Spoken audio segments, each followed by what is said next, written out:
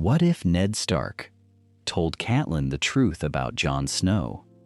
What if a single truth, spoken in the dark, could bend the entire course of a kingdom? What if the greatest secret in the realm was never buried in a crypt at all, but shared between two people who chose to carry it together? Consider the man who rides north from a war he did not want to fight.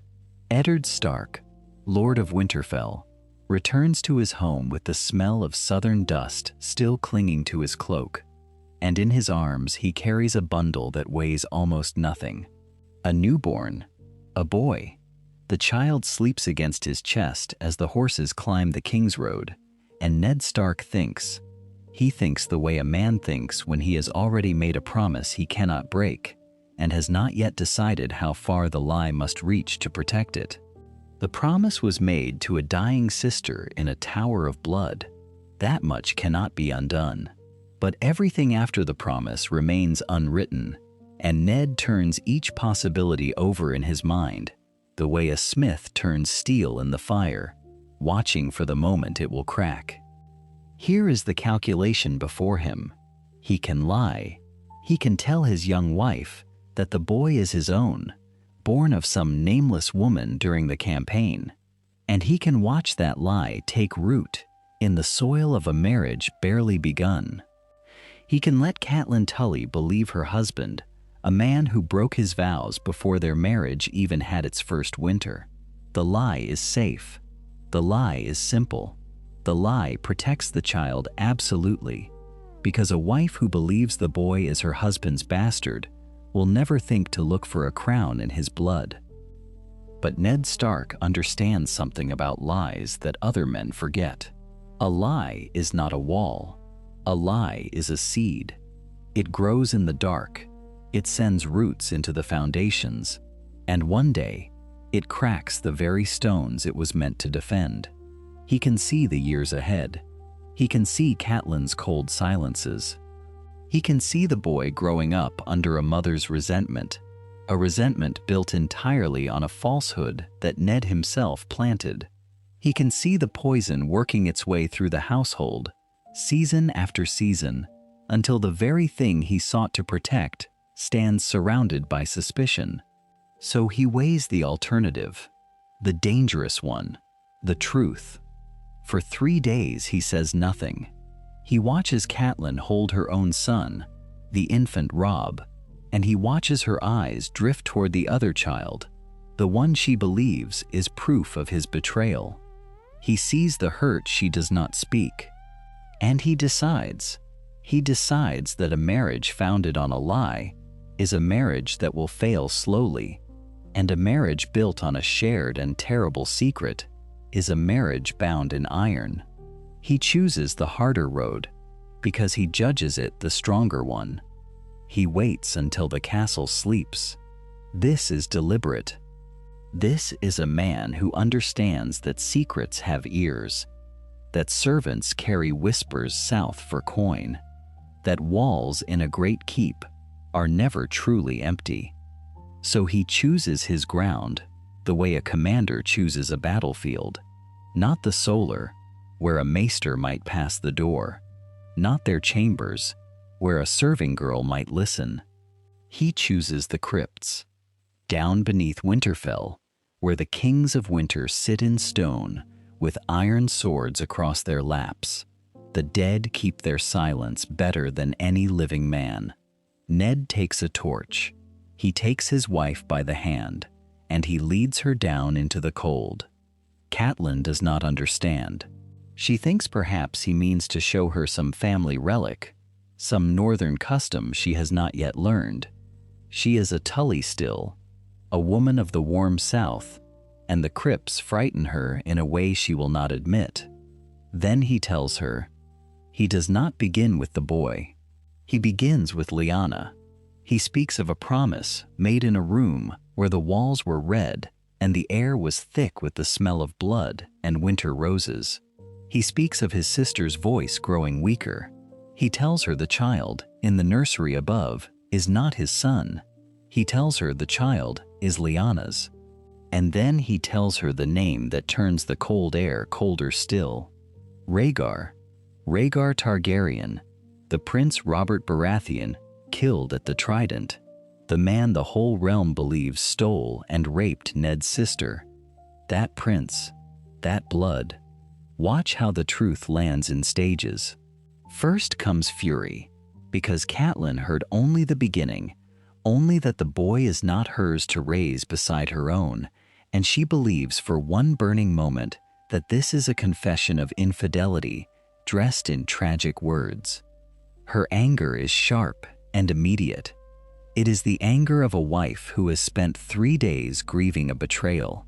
But Ned holds her eyes, and he lets her reach the rest of it. He lets her arrive at the conclusion herself. The fury dissolves. It does not fade. It collapses, all at once, as she understands what she is standing over. Not a bastard, a dragon. The last living son of the line, Robert Baratheon, has sworn to burn from the earth. She understands, in the space of a single breath, that her husband has carried into their home a death sentence with a heartbeat, and that Robert, the king, the man who called Ned brother, would drive a blade through that infant without a moment's hesitation and call it mercy to the realm. Catelyn Tully is silent. In the torchlight, among the Stone Kings, she says nothing at all. Then Ned asks for the vow. Not in the crypt. He takes her from that place of dead stone up into the godswood, before the heart tree with its weeping red face, because the old gods of the north hear the words spoken beneath their branches, and a Stark believes such words bind the soul. He asks his wife to swear, never to speak the boy's parentage, never to breathe the name Targaryen near the child, not to a septa, not to a sister, not to her own children when they are grown. And Catelyn, her hand pressed against the pale bark, opens her mouth to answer him. She swears. The words leave her slowly, deliberately, each one measured against the weight of what she now carries. And when they are spoken, the old gods have heard them, and there is no unspeaking them again. Ned watches her face in the green half-light beneath the heart tree. He looks for something there, some sign of what will follow, and he cannot find it. Her expression has closed like a gate at nightfall. He does not press her. He has learned, in the short season of their marriage, that a Tully woman does not surrender her thoughts to anyone until she has finished turning them over in the privacy of her own mind. Consider the position she now occupies. A woman of 25, wed less than 2 years, mistress of a great house in a cold country, far from the rivers of her childhood, and burdened suddenly with a secret that could hang every soul beneath this roof. What does she do with such a thing? She could resent it.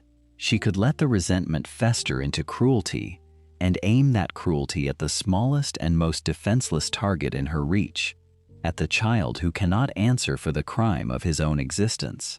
That is the ordinary path. That is what a lesser woman would do, and no one in the world would blame her for it. But Catelyn Stark does not walk the ordinary path. In the weeks that follow, she says nothing to anyone. She moves through the halls of Winterfell as she always has, ordering the household, counting the stores against the coming winter, receiving the small deputations of servants and stewards who bring her the 1,000 tiny questions that flow toward the lady of a castle. And beneath all of it, behind the calm surface she presents to the world, she is doing what her father taught her to do before she could read. She is calculating. What is the child, stripped of everything but cold reason? He is danger. That is the first truth, and she does not flinch from it. But he is also her husband's honor made flesh, because the moment she moves against the boy, she moves against the lie that protects them all. And the lie is the only thing standing between this household and the wrath of a king who does not forgive. To harm Jon is to unravel the story of Ned's bastard. To unravel that story is to invite the question of whose son he truly is. And that question, once asked aloud, cannot be called back. It travels. It reaches the ears of septas and stewards and traveling merchants, and finally, inevitably, the ears of Robert Baratheon. She sees the whole chain of consequence laid out before her like pieces on a board, and she understands that her own survival, and Robb's survival, and the survival of every child she will ever bear, is bound now to the survival of this one small boy she has every reason to hate. So she chooses, not love. She is honest enough with herself to know she cannot summon love where none exists, and she does not insult the gods by pretending otherwise. But she chooses protection. She chooses duty over the sweetness of resentment, and in doing so she becomes, though she does not yet know it, the second guardian of the most dangerous secret in the Seven Kingdoms. The arrangement she constructs is a small masterpiece of quiet strategy. She summons a wet nurse, a woman of the north with a broad plain face and no curiosity in her, and she installs the child in his own chamber, near enough to the nursery that no one will remark upon it, far enough that the boy is not underfoot in the daily life of the family. To the household she frames it as nothing more than the proper stewardship of a natural son.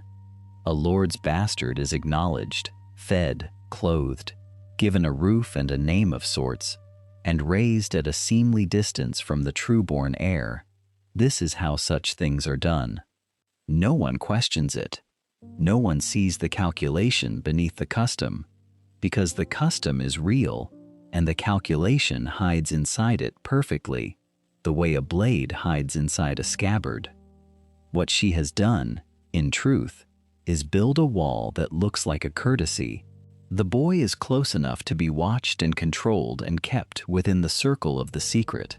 He is separate enough that the whispers of the household will never quite braid his name to Robb's, will never quite ask why the bastard is raised so tenderly, will never quite wonder.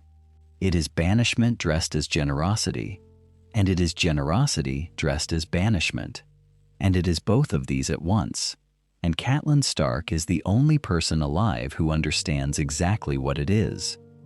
Ned watches all of it.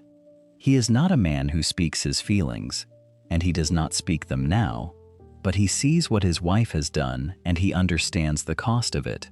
He had feared, riding home from the south with the child in his arms, that he was bringing ruin into his own house, that the woman waiting for him would look upon this evidence of his supposed faithlessness and grow cold to him forever. He had prepared himself for a marriage of frost. Instead, he has watched her take the thing that wounded her and set it aside, not because she was ordered to, not because she was too weak to protest, but because she saw the danger clearly and chose to stand between it and their children. Something shifts in him then. The marriage that began as an arrangement between two great houses, a treaty sealed with vows and a bedding, becomes in these quiet weeks something he had not dared to hope for. It becomes a partnership. It becomes trust. Two people who share a secret that could kill them both are bound in a way no ordinary husband and wife are ever bound. And Ned feels the first true intimacy of that binding settle over the two of them like a cloak against the cold. He finds her one evening in the solar, alone, the candles burning low, a ledger open before her that she is not reading. He stands in the doorway a long moment before she looks up, and when she does, he sees that she has been waiting to say something to him. What if the deepest wound in a house is not the presence of a threat, but the response to it? What if a family fractures, not along the lines drawn by blood, but along the lines drawn by resentment, by scorn, made visible in 1,000 small cruelties? Consider the household as a board, and every member upon it a piece whose position is determined not by legitimacy, but by warmth, and warmth unlike lineage, can be granted or withheld by a single choice made in a single quiet room. If you're enjoying this alternate history of Westeros so far, please consider subscribing. I upload new stories every single day. Now, let's continue with the story. She tells him what she has decided: not to love the boy. She will not lie to him, and he would not believe her if she tried, but to let him be, to let him sit by the fire, to let him eat at the table, to let him grow beneath the same roof as her own son, without the constant, corrosive reminder that he does not belong there. It costs her something to say it. Ned understands the cost. He does not thank her for it, because to thank her would be to name the thing she has chosen to leave unnamed. He only nods, and in that nod is an agreement more binding than any spoken oath. So the children grow, and they grow together. This is the thing the maesters of history would fail to calculate, the small mercy that reshapes everything downstream. Robb Stark and the boy called Jon Snow are of an age, born within the same season, and boys of an age placed near the same hearth will find each other as surely as water finds the low ground. In another telling of this story, a stepmother's visible contempt would have taught the true-born son a lesson before he was old enough to reason. It would have taught him that this other boy is beneath him, that closeness is a betrayal of his own blood, that a wall must stand between them. Children absorb such lessons through the skin. They do not need to be told. They watch their mother's eyes, and they learn where the frost lies. But Catelyn's eyes hold no frost. They hold something harder to read, a careful neutrality, a distance that is not cruelty. And so Robb learns no lesson at all. He learns only that here is another boy who wants to climb the same walls, chase the same dogs through the same godswood, wield the same wooden swords in the same practice yard. He learns that here is a brother, and Jon, who has learned early to expect nothing, learns instead that a hand is offered, and takes it. Ned takes both boys to the training yard together. This is deliberate. He knows what he is doing. He knows that a bastard raised apart, trained apart, seated apart, becomes a bastard who understands himself as a thing set outside the family, and a thing set outside a family will one day look for a family elsewhere, or make one of his own, or nurse a grievance that turns him into a weapon against the house that scorned him. Ned has seen this pattern. Every man who knows the history of the realm has seen it. And so he places the two boys side by side and gives them the same instruction, the same corrections, the same praise. He watches Master-at-Arms Rodrik Cassel work them equally. He does not favor Robb before the household, and he does not humiliate Jon before it either. Maester Luwin observes all of this with the quiet attention of a man whose profession is observation. He keeps his ledgers. He notes the harmony of the household, and he notes it with something like surprise. A great house containing a high-born bastard is, in his long experience, a house divided against itself, a house where the lady's grievance seeps into every corridor, and the servants take sides, and the true-born children learn contempt at the breast. And yet Winterfell is not such a house. Winterfell is calm. The chain around Luwin's neck holds a link of every discipline, and none of those disciplines fully explains what he sees. He writes to no one of it, but he marks it in his mind. He thinks the Starks are fortunate. He does not know how deliberate their fortune is. Then the daughters come. Sansa first, all Tully coloring, her mother's daughter in the auburn of her hair and the fine set of her features, born to courtesy and song. Then Arya, dark and wild, more Stark than Tully, more her father's blood than her mother's. And here is the second calculation that would escape the historians. The daughters do not learn hostility toward Jon, because there is no hostility to learn. They learn their mother's guarded neutrality instead. That careful, measured distance that keeps the boy at arm's length without ever pushing him from the house entirely. Sansa, who takes her cues from her mother in all things, keeps Jon at that same polite remove, neither warm nor cruel. Arya, who takes her cues from no one, finds in the dark-haired half-brother a kindred spirit, a fellow creature who does not quite fit the shape the world has cut for him. And so the seed is planted. A family that, in some other unfolding, would have split cleanly along the fault line of legitimacy, the trueborn on one side, the bastard on the other, the mother's grievance, the wedge driven between them, instead grows knotted, tangled, its roots grown around one another until they cannot easily be pulled apart. This is the quiet consequence of one woman's restraint in one candle-lit solar. It will not show its weight for years.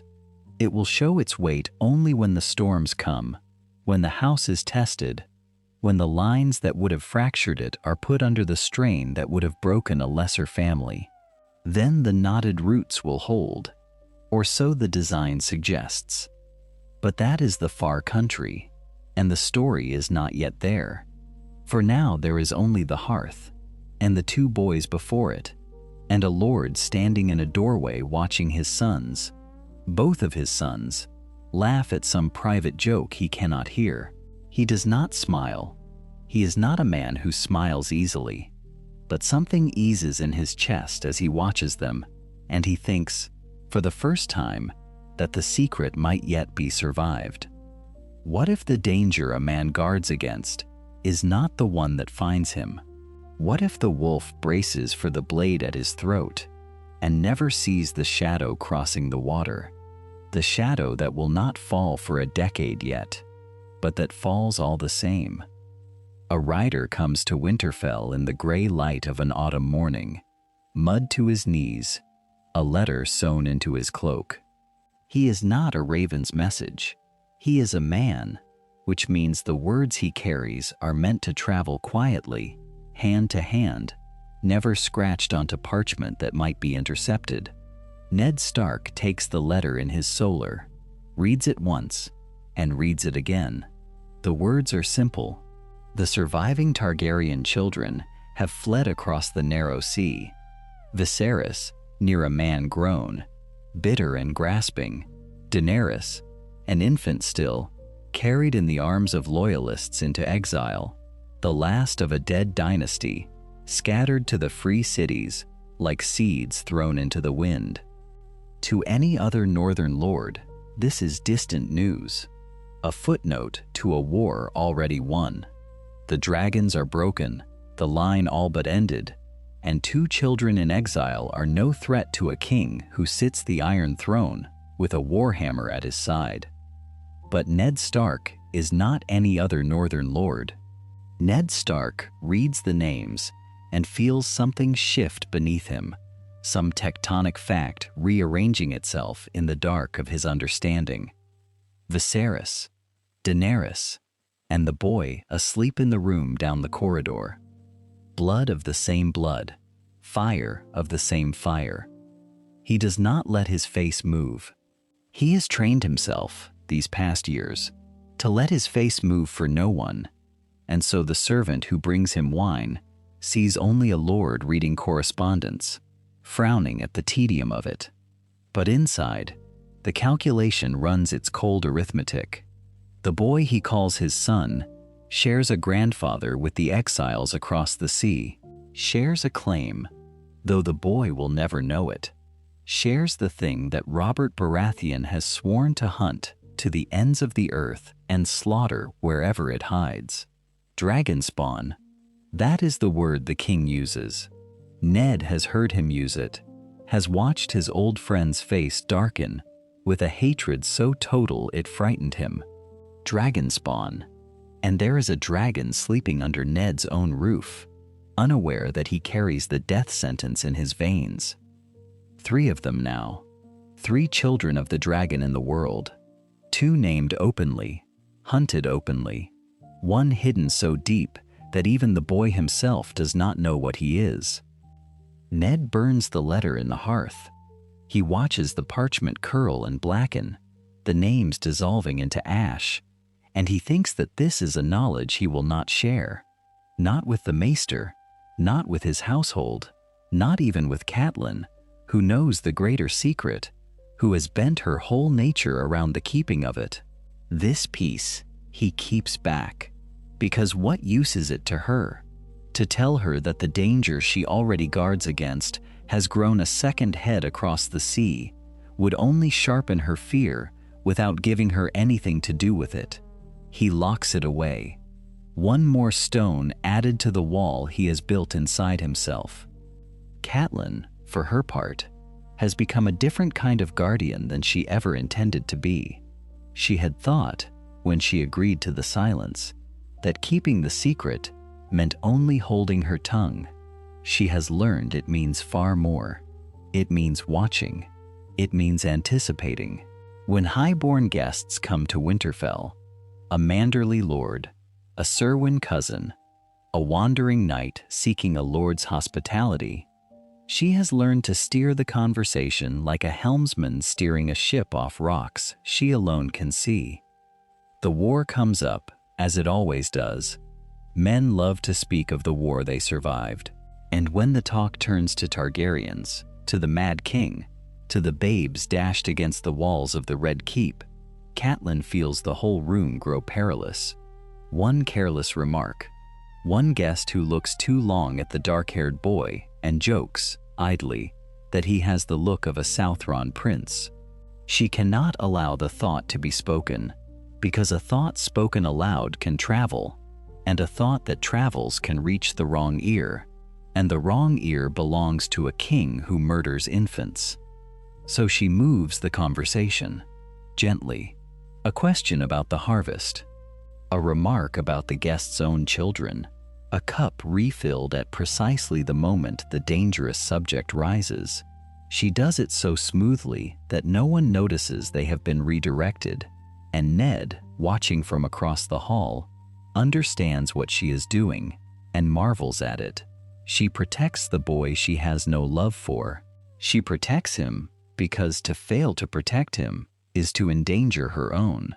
The knotted roots hold, and Ned, watching her, comes to a resolution he has carried unformed for years and now feels harden into decision. He will tell Jon the truth.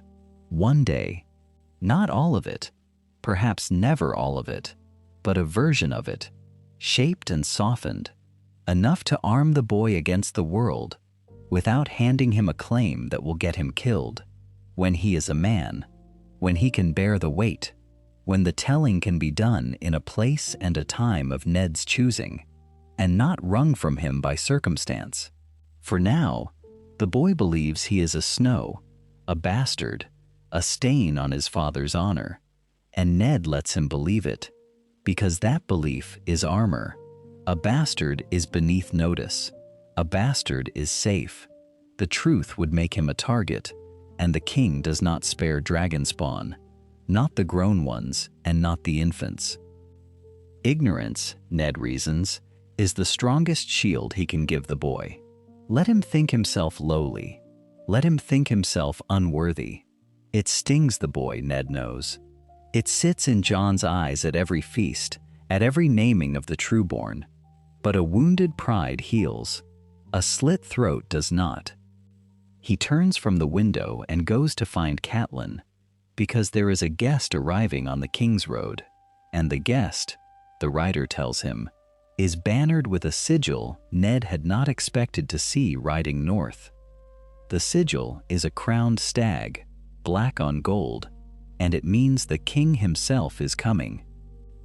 What if the most dangerous man in the 7 kingdoms to the boy called Jon Snow was not an assassin, not a spy master, not a rival lord with claims of his own, but a fat and grieving king who loved the child's true mother more than he had ever loved anything alive? That is the calculus Ned Stark performs in the space of a heartbeat as he stands in the yard of Winterfell, watching the column wind up from the south. Robert Baratheon does not know he is hunting anything. That is precisely what makes him lethal. A man who searches deliberately can be misdirected, deflected, delayed. A man who stumbles into a truth by accident cannot be planned against. And Robert, who slaughtered every Targaryen he could reach and mourned the ones he could not, carries in his very blood a hatred so absolute that a single resemblance, a single trick of the light across a boy's stark dark face might undo everything. Catelyn stands beside her husband as the horses come through the gate, and where Ned sees a friend, she sees only a threat that has grown legs and ridden 1,000 miles to sit at her table. She has known the truth for years now. She has learned to hold it the way one holds a coal, carefully, at arm's length, never quite trusting that it will not sear through the cloth. And now the man who would burn the whole castle to find that coal is dismounting in her courtyard, and he is laughing, and he is embracing her husband, and he is stooping to ruffle the hair of her true-born children, while the bastard boy stands 3 paces back in the shadow of the wall, forgotten, unnoticed, safe by virtue of his own supposed shame. Watch how the feast unfolds, and watch how the geometry of the hall protects the child without anyone arranging it so. The high table holds the honored. Jon is not at the high table. Jon eats where bastards eat, among the lesser folk, half turned from the light, and the king's eyes pass over him the way eyes pass over a stone in a wall. Robert sees Robb and pronounces him a fine lad. Robert sees the girls and jests about betrothals. Robert never once turns his gaze to the quiet boy with Lyanna's long face and Lyanna's gray eyes and the same solemn set to the mouth that Robert has spent 15 years trying to drink out of his memory. He does not look. He has no reason to look. A bastard is beneath a king's attention, and so the boy's shame is the very thing that shields him, exactly as Ned intended. But intention is fragile, and Catelyn knows it. She sits through the feast with a smile fixed upon her face and terror moving beneath it, like a fish under ice. Later, when the torches gutter and the hall empties and the household withdraws, she follows her husband to their chambers, and she closes the door, and the moment the latch falls, she speaks the thing she has been holding all evening. He will ask you to be his hand. She says it flatly, a fact laid on the table like a knife. Jon Arryn is dead, and Robert has no one he trusts, and he has ridden the length of the realm to bring you south. You must refuse him, Ned. You must refuse him for the boy's sake, if for nothing else. Ned does not answer at once. He is thinking of Jon Arryn, who raised him, who is dead now under circumstances no one has explained, and he is thinking that a man does not die of nothing in a nest of Lannisters.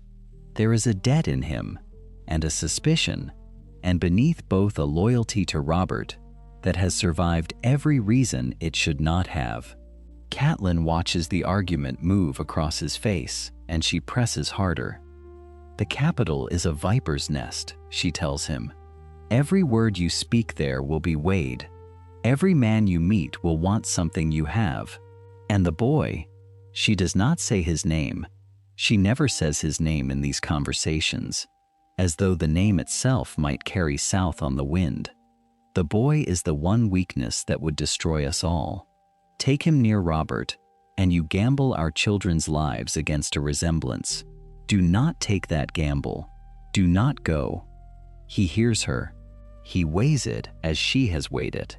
And then he tells her, gently, that he must go because Jon Arryn's death is a wound in the realm, and he cannot leave it unexamined, because Robert asked him with tears in his eyes, because duty and loyalty are the two poles his life turns upon, and he has never learned to disobey either.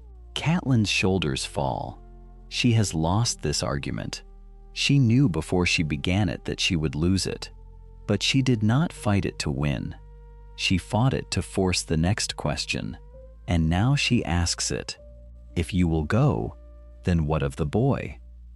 And here, for the first time in 15 years, the two of them plan the child's fate together, rather than around one another. Ned proposes the wall. The Black brothers take no note of a man's birth. A boy who takes the Black surrenders all claims, all names, all inheritance, and vanishes into a brotherhood that no Southron lord would ever think to search. At the end of the world, among the sworn and the forgotten, no man will connect a bastard of Winterfell to a dead princess and a burned dynasty. The boy wishes to go north already. He has spoken of the watch. His uncle Benjen wears the black. It is honorable. It is safe. It is exile dressed as glory, and the boy will thank them for it, never knowing it is a cage built from love. Catelyn considers this. She turns it over, examining every edge, and slowly she nods, because for the first time, the boy she has feared and the boy she has resented is being moved to a place where he can no longer threaten what she holds dear. Then it is decided, she says. He goes to the wall. Ned says nothing. He has not yet told the boy. What if the deepest wounds a man carries are the ones he inflicts by silence? Ned Stark has spent 15 years perfecting a silence. And now, on the eve of his departure, he considers what that silence has cost. He finds the boy in the yard at first light, breath clouding in the cold, sword in hand, striking at nothing because there is no one left to strike at. The girls are packed, the wagons are readied, and Jon, who is not going south, who is going to the end of the world, watches his father approach and does not yet understand what has been decided for him. Ned draws him aside, away from the ears of the household. This is the moment he has turned over in his mind for a decade and a half, the moment he swore to himself he would one day allow. Not the truth. The truth is a blade that cuts in every direction, and he will not put it in a boy's hand, but something, a fragment, a seed planted where before there was only frozen ground. Your mother, he says, and the boy goes still, because in 15 years the word has never once been spoken aloud between them. Your mother was a woman I loved. The words are simple. They are also the most dangerous thing Ned has said in years. She was not a tavern girl. She was not a shame. And when we meet again, I will tell you her name. Consider the arithmetic of that promise. In the original telling, Ned offered nothing, a cold deflection, a wall raised against a child's yearning, a wound left open to fester for the rest of a short life. Here he offers hope instead. He does not know it, but he has just changed the shape of the boy who will one day command men in the dark. A boy who believes his mother was loved carries himself differently than a boy who believes he was an accident. Ned sees it in Jon's face, the way the shoulders straighten, the way the eyes brighten and then narrow with a hunger for more. When? The boy asks. When we meet again, Ned repeats. He does not say that he does not know when that will be. He does not say that the road south is longer than any road he has ridden. He clasps the boy's shoulder, and for a moment, father and son stand in the gray light of the yard, joined by a truth half given and a promise fully meant. And then there is Catelyn. 15 years of shared guardianship have worn the edges from her resentment, the way water wears stone. She does not love the boy. She will never love the boy, but she has stood beside him at 100 meals and watched him grow tall and dutiful, and somewhere in that long custody, The fear has softened into something nearer to acceptance. So she does a thing that stuns everyone who witnesses it. She seeks Jon out to say goodbye. Her farewell is stiff, formal, the words chosen carefully, but they are genuine, and that is what undoes him. "Watch over Bran while I am gone," she says. The request lands like a struck bell. Catelyn Stark has never asked him for anything. She has never entrusted him with anything she treasured. And now, she places her son's safety in his hands, and the boy who has spent his life believing himself outside the family finds himself, for one bright instant, drawn inside its circle. He bows his head. He gives his word, and Catelyn nods once and turns away before either of them can ruin the moment with more. Watch how a household can turn on the axis of a single afternoon. The parting is arranged. The riders are readied. The family has, against every expectation, found a fragile peace in the hours before it scatters to the winds. And then a boy climbs a broken tower, as boys do, because there are birds and there are handholds, and there is nothing in the world so tempting to a climber as a wall that has been forbidden him. And at the top of that tower, Bran Stark sees a thing he was never meant to see. Golden hair, tangled limbs, a queen and her brother in an act that could unmake a dynasty. "The things I do for love," a man says, and pushes. The fall changes everything. In an instant, the careful peace shatters. The household that had gathered itself for an orderly parting is thrown into crisis. Servants running, a mother screaming, a small broken body carried in from the base of the tower. And here the paths that had been laid so carefully diverge under the pressure of catastrophe. Catelyn cannot go south now. She cannot leave a son who lies broken and burning with fever, who may wake or may not, who hovers at the edge of a country from which few travelers return. She will stay. She will sit at his bedside and grip his hand and refuse to sleep, and Ned will ride without her. Understand what this means for the secret they now share as partners rather than as adversaries. For 15 years, the truth of Jon's birth was guarded by two people standing in the same castle, watching over it together. Now that truth is being divided.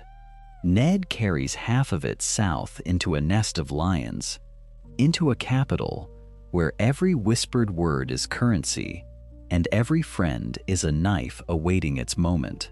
Catelyn keeps the other half in the north, tethered to a bedside, distracted by grief. The wall they had built around the boy required both of them to maintain it. And now they are being pulled apart at the precise moment the wider world has begun to sharpen its knives. They say their goodbyes in the corridor outside Bran's chamber, and it is not the parting either of them imagined. There is no ceremony in it, only a shared and unspoken dread. Ned takes her hands.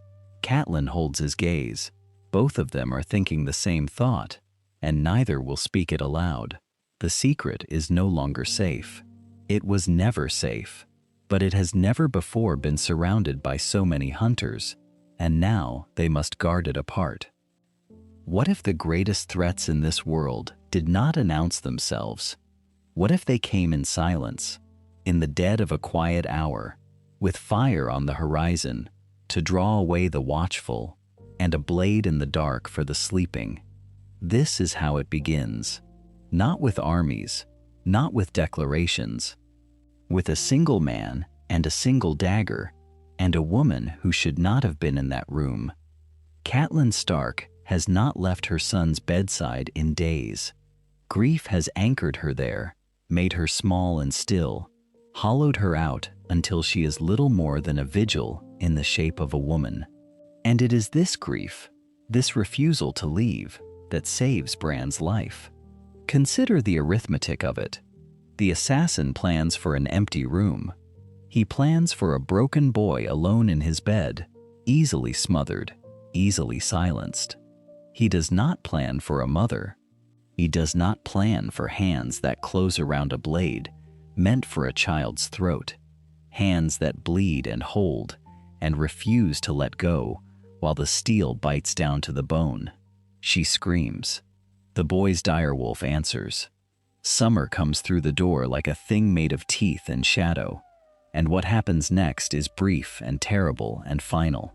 The assassin's throat opens, the blade falls to the floor, and Catelyn Stark, kneeling in her son's blood and her own, looks down at the weapon that was meant to end him and understands, in that moment, that everything has changed. The dagger is the thing, not the man. The man is nothing, a hired hand, a cat's paw whose name will never be known and whose death changes nothing. But the dagger is a message written in Valyrian steel, and Catelyn reads it the way a scholar reads a forbidden text, slowly and with growing dread. This is no common blade. This is a rich man's weapon, a lord's weapon, wielded by a cutthroat who could never have afforded it, which means someone gave it to him, which means someone with wealth and station wanted her son dead and wanted it badly enough to arm a killer with a treasure. And here the calculation sharpens, because Catelyn Stark is not the woman she was in another telling of this tale. In that other version, she carries only a mother's fury and a wife's fear. Here she carries something heavier. She carries the secret. She knows what her husband knows, and she has known it long enough to understand its weight. And so when she thinks of enemies who might reach into Winterfell to kill a child, she does not think only of Bran.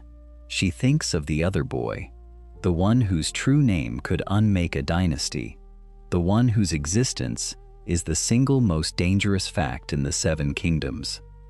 Because what if the hunt for Bran is only the beginning? What if someone, somewhere, has begun to pull at the threads of Stark affairs? And what if that pulling, if it continues, unravels the one secret that could get every child in her care killed? A Lannister investigation, a Lannister scrutiny. Eyes turn north, patient and cold, looking for weakness, looking for leverage, looking for anything that might be used against the Warden of the North. And what might such eyes find, if they looked long enough at a boy with dark hair and gray eyes and no true mother anyone can name? This is the fear that puts her on the road. Not grief, not vengeance, calculation. She will go south.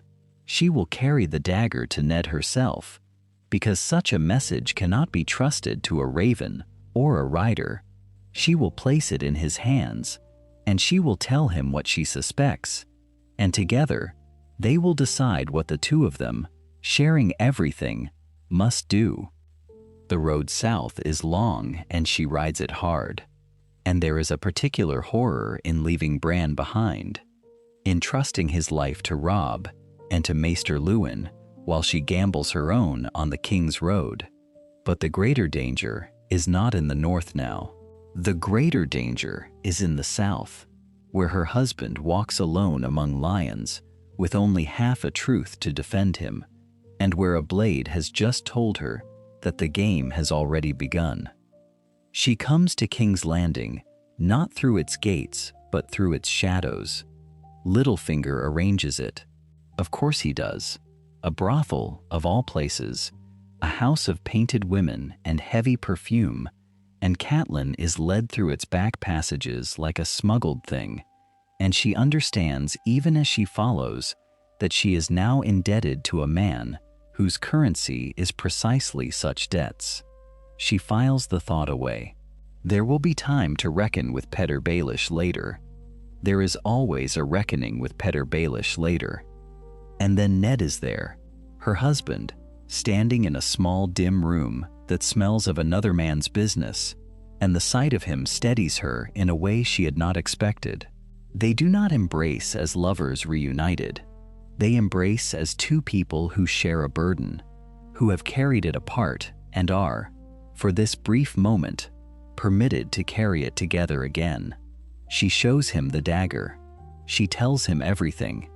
The fire in the tower, the killer in the dark, Summer's teeth, the blood, and the blade, this beautiful, terrible blade, and the fear beneath the fear, the one they have never spoken aloud, even to each other. And here is the difference that changes everything. In another telling, Ned Stark stands in this room a man alone, a man half-informed, a man whom clever people can steer because he does not know what his own wife knows. But this Ned does not stand alone. Catelyn knows what he knows. He knows what she knows. Between them, there are no gaps to be exploited, no secrets to be leveraged one against the other.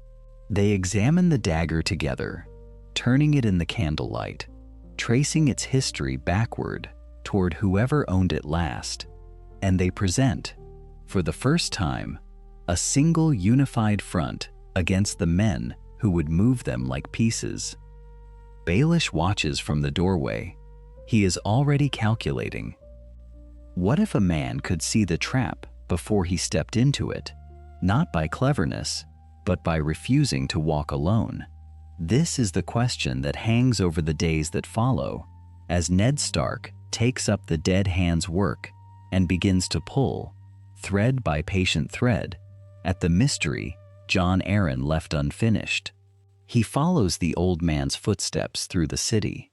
He visits an armorer's shop where a black-haired bastard boy hammers steel. He reads a great heavy book of lineages that the hand had studied before he died, and he begins to understand what Jon Arryn understood and what killed him for the understanding. Gold their hair, gold their eyes. Not one of Robert's children in a century of Baratheons ever wore any color but the black of coal and the black of night. And Cersei's children, all three, gold as coins minted in Casterly rock. Ned does the arithmetic. It is not difficult arithmetic. A dead father, a golden brother, a queen who has never truly been a wife. He sits with the ledger of it in his mind and feels the weight of a truth that has already killed one hand of the king and stands ready to kill another. In another telling, this is the moment his ruin begins, because a man who knows a thing this dangerous and tells no one carries it like a candle through a room full of powder. But this Ned does not carry it alone. He writes. The letter he composes is not a letter any casual reader could parse. He and Catelyn built this cipher together in the long nights before Robert came north, when they resolved that whatever came of this journey, no single misstep would bury what one of them knew inside the grave of the other. He writes of harvests and horses. He writes of a lion that has crept into the stag's own herd and left calves that are no calves at all. He writes it plainly enough that she will grasp it in a single reading, and obscurely enough that a spy who intercepts the raven learns nothing but a lord's dull correspondence. He seals it, he sends it north, and the knowledge that in another world lived only behind one man's eyes now lives behind two. At Winterfell, Catelyn reads it by firelight and feels the floor shift beneath her feet. She sends her answer the same way, and her answer carries a confession of its own, because the game has already claimed a move she did not intend to make. For on the road, in an inn beneath the mountains, she had done a rash thing. She had recognized the imp, Tyrion Lannister, and she had named him before a room full of loyal swords and called upon them to take him. The dagger, she believed, was his. The killer's blade, the assassin sent for her sleeping son, and so she took him, and she rode with him toward her sister's eyrie, and only now, with Ned's letter in her hand, does she understand the size of the stone she has kicked loose upon the slope. Because the Lannisters will not suffer this. Tywin will not suffer it. The realm has been leaning toward war the way a man leans toward sleep, slowly and then all at once, and she has given it the shove. Here again is the difference that changes everything. In another telling, Catelyn seizes the dwarf and vanishes into the mountains, and Ned learns of it too late, and the two of them act at cross purposes, each blind to the other's moves, each making the danger worse by trying to answer it alone. But this Catelyn writes to her husband before she does anything more. She tells him where she is, what she has done, whom she holds. And Ned, in King's Landing, is able to answer not with panic, but with strategy. "Hold him," he writes. "Do not harm him. A hostage has value only while he lives, and a war begun over a captured brother can be halted, sometimes, by the returning of that brother upon the right terms." They coordinate. Across half a kingdom, through birds and ciphers and trust, they move as one hand and not as two. And now comes the gamble, the fatal one, the choice that in every telling reveals the shape of Eddard Stark's soul. He goes to Cersei. He finds her in the Godswood, among the leaves, and he tells her that he knows. He tells her the children are Jaime's. He tells her that Robert will return from his hunt, and that when he does, the truth will be laid before him, and that she should take her children and flee across the narrow sea while she still can, before the king's wrath falls on all of them. It is mercy. It is honor. It is, by every cold calculation, a catastrophic error, because he has just handed the most dangerous woman in the realm the knowledge of exactly how much time she has and exactly what she must do to survive. "You should have taken the realm for yourself," she tells him. Her voice does not tremble. Her eyes are gold and steady and utterly without fear. "When you had Robert's ear, when you had the North at your back, you should have seized the throne. Jon Arryn told me once that in the Game of Thrones, you win or you die.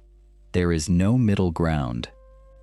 Ned does not flinch, but he does not answer her either, because the answer is already written and already flying. For before he came to the Godswood, before he offered her this mercy that will surely cost him, he wrote a second letter. He sealed it with the direwolf, and he sent it north to Winterfell, to Catelyn, and in it he set down everything, plainly, without cipher, the full weight of what he knows, and what he intends to do, and what may become of him if he has misjudged the queen, so that if he falls, his family will not fall blind, so that whatever the lioness does in the hours to come, there will be Starks in the north, who already understand the whole of it. The raven is already gone. The queen is already smiling. And Ned Stark turns and walks back toward the Red Keep, a man who has, for once, made certain he does not walk alone. What if a king dies at exactly the wrong moment, and every plan hinges on the hours after his last breath?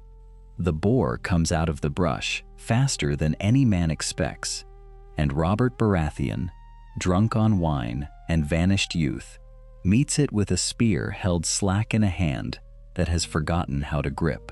The tusk opens him from hip to belly. The blood does not stop, and so the great stag, who once shattered Rhaegar's chest on the trident, is carried back to the capital not as a conqueror, but as a ruin of a man, sweating and shrinking into a bed too large for him, calling for the one friend he trusts. He calls for Ned, and Ned comes and kneels and takes the dictation as the king's voice fails. Robert wants his will set down. He wants his son named. He wants the realm secured. And here is the moment that turns on the edge of a single word, because Robert says the name Joffrey, and Ned's quill hesitates, and then Ned writes something else. He writes the rightful heir, not the boy's name, the phrase, a phrase that seems, to a dying king, like loyalty, a phrase that seems, to a queen who will read it later, like a knife slipped beneath a smile. Ned understands what he is doing. He understands it entirely. He knows that Joffrey is no son of Robert's, that the golden children in the tower are the fruit of a brother and sister, that the true line runs elsewhere. And in the quiet folds of his own mind, in the place he does not speak aloud even to himself, he knows something worse. He knows that if legitimacy is the measure, if true-born blood is the standard by which crowns are claimed, then the boy he named his bastard and raised in the north carries a claim older and cleaner than Joffrey's ever could. Rhaegar's son, the last dragon of a true marriage, if the whispers Lyanna gave him with her dying breath are to be believed. Ned does not follow that thought to its end. He cannot afford to, but it sits in him like a stone dropped into a deep well, sinking, sinking, never quite reaching the bottom. The king dies, the phrase is sealed, and now the board tilts. Ned has made arrangements. He is not a fool, whatever his enemies believe. He has secured the promise of the City Watch, gold coin, and the word of Petyr Baelish, who swore to deliver the gold cloaks when the moment came. 2,000 men, the muscle of the capital, bought and turned to Ned's purpose. With them behind him, Ned means to take the boy queen and her children into custody, to hold the succession open, to place the true heir on the throne without a drop of blood spilled in the streets. That is the plan. That is the calculation. And it depends entirely on one man keeping his word. Littlefinger does not keep his word. The moment arrives in the throne room, and Ned stands before the court with the king's seal in his hand and the law on his tongue, and he calls upon the gold cloaks to arrest the queen. The gold cloaks turn. Steel comes free of scabbards, but the blades do not point where Ned expects them to point. They point at his own men. Baelish steps close, and there is the dagger at Ned's throat, and there is the soft apology that is no apology at all. He told Ned not to trust him. He said it plainly, once, and men who trust liars deserve what trust earns them. The watch was never Ned's. It was always Littlefinger's to sell, and he has sold it to the higher bidder, to the lioness who never smiles without teeth behind it. Ned Stark is seized. His household guard is cut down around him in the marble hall. He is dragged to the black cells beneath the Red Keep, where the light does not reach, and the game grinds men into confessions. In the canon of things, this is the moment the North goes blind. This is the moment a wife learns of her husband's ruin too late, through rumor and dread, and reacts in grief rather than strategy. But not here, not now, because the raven left days ago. The letter is already north. The truth is already red. And while Ned rots in the dark beneath a queen's boot, Catelyn Stark sits in the solar at Winterfell with a page of her husband's plain hand spread before her, and she has read it 3 times, and she does not weep. She had wept before, in the Godswood, at the thought of a Shara Dane and a betrayal that never was. Now she knows the truth of Jon Snow, and she knows the truth of the Queen's children, and she knows the shape of the trap her husband walked into, with his eyes open, because his honor gave him no other road. She does not curse him. She understands him now, in a way she never has. And understanding is not grief. Understanding is a weapon. She rises. She calls for her son. Robb comes, young and stern and uncertain, a boy wearing the beginnings of a lord's weight, and she puts the letter into his hands and lets him read it in full. She watches his face change. She watches the boyhood leave it, and when he looks up, she does not soothe him. She tells him what his father has written, that the Lannisters cannot be trusted, that the moment word comes of the king's death, they must assume the worst, that they must muster, and they must arm, and they must not wait for permission, or provocation, or the slow arrival of ruin. The banners must be called, not in anger, in readiness. The candle gutters in the solar. Outside the walls, the first snows are gathering on the wind, and Catelyn Stark, who might have been left blind and screaming into the dark, instead reaches for a quill of her own and begins to write the words that will summon the strength of the North, clear-eyed, unhurried, and terribly certain of what is coming. What if a man could be destroyed not by his enemies, but by his own honesty? Far to the south, beneath the Red Keep, in cells cut deep into the black rock where no sunlight has ever reached, Eddard Stark learns the shape of that question.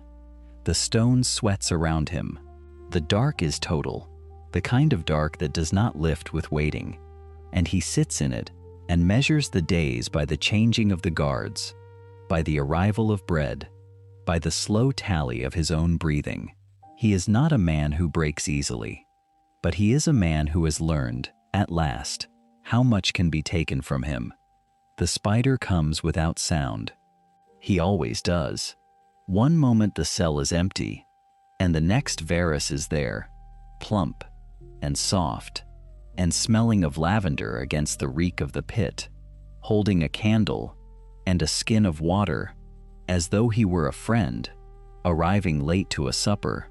He sits, he speaks gently, and every word he says is a stone laid carefully upon the board.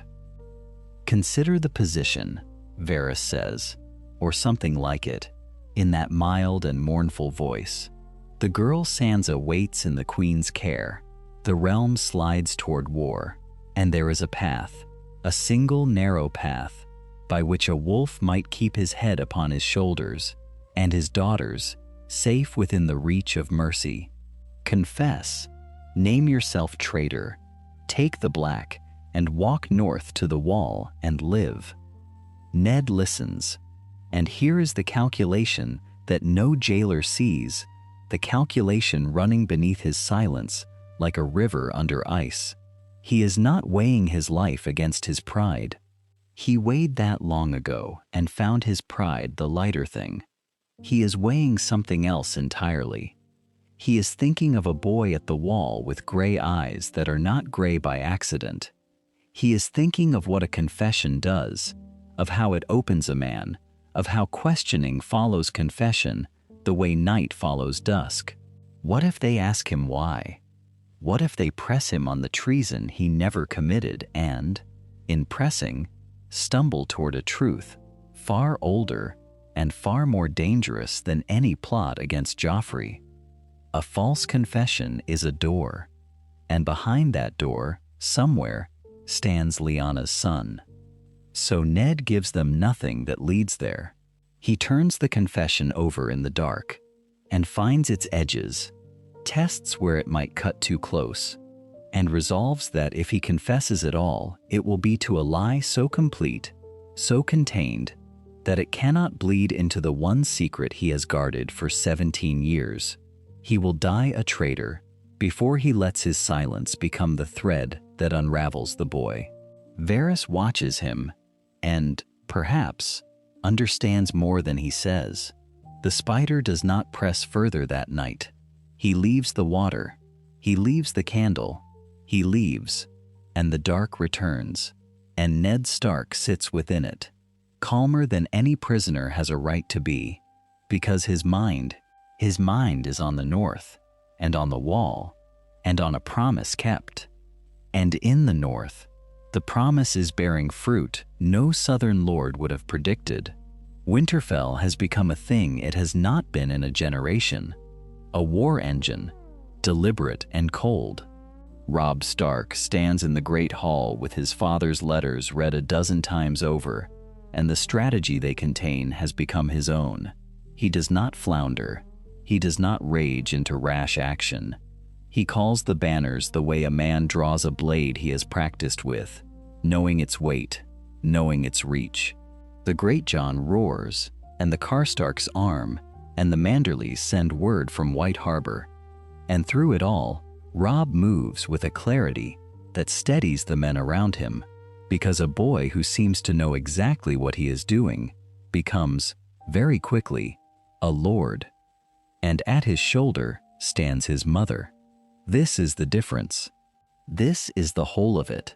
Catelyn Stark does not weep in her chambers while her son gropes blind through the machinery of war. She stands in the hall as his most trusted counsel, informed by the truths her husband gave her before he rode south, unpoisoned by the half-knowledge that might have made her reckless. When Robb hesitates over which lords to trust and which roads to hold, she answers with the whole picture in her mind. The Lannister nature laid bare, the timing Ned warned of, the necessity of moving before word of the king's death arrives rather than after. She is not a woman shattered.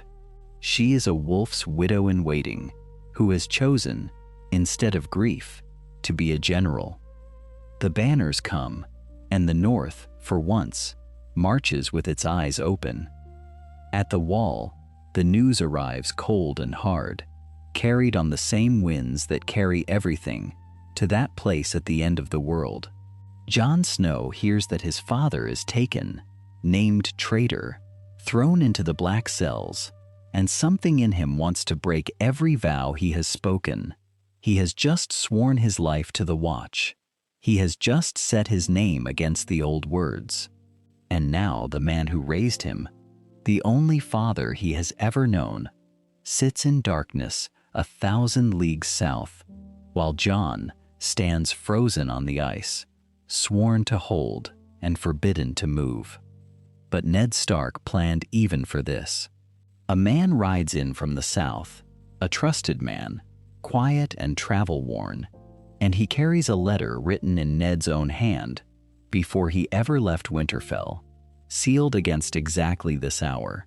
Jon opens it in the dim light of his cell atop the wall, and his father's words steady him where his blood cannot. Hold to the Watch, keep your vows, trust that your true story will one day be told, and that the man who knows it best has already made certain the telling will survive him. Jon reads it twice. He folds it against his chest, and though his hands are shaking, he does not run. He turns instead toward the yard, toward his duty, toward the wall of ice at the edge of the world, and Ghost lifts his head from the frozen ground and watches him come.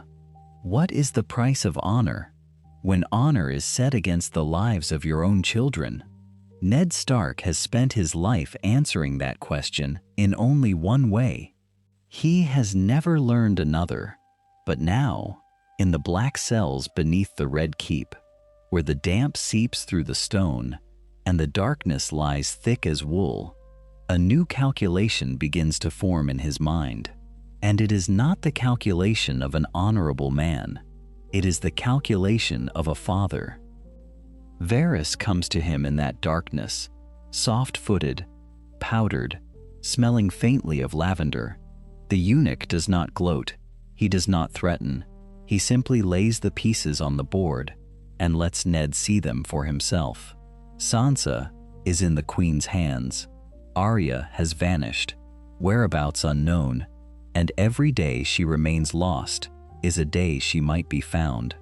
The North stirs, yes, but the North is far, and a girl's throat is very close to a very sharp knife. Confess, Varys says. Confess to treason.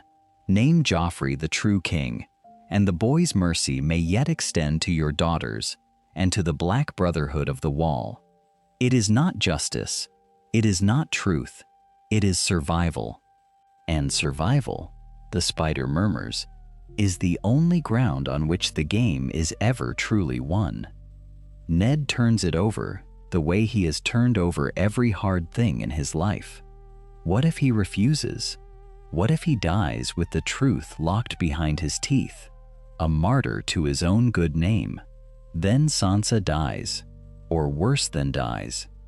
Then the secret he carried out of the Tower of Joy dies with him too, or nearly, for though Catelyn holds it now, though Jon lives beyond the reach of southern eyes, A living hand can protect that fragile thing far better than a corpse ever could. A dead man cannot maneuver. A dead man cannot bargain. A dead man is only a symbol, and symbols do not shield the living. And so he does the thing that costs him more than dying would. He agrees. They bring him out into the light of the great sept of Baelor, and he blinks against the sun he has not seen in weeks, and he stands before the assembled lords, and the shouting small folk, and the golden-haired queen, and he says the words. He is a traitor. Joffrey Baratheon is the true-born king. He asks the realm's forgiveness, and he means none of it, and every eye that watches him sees only a broken wolf brought low.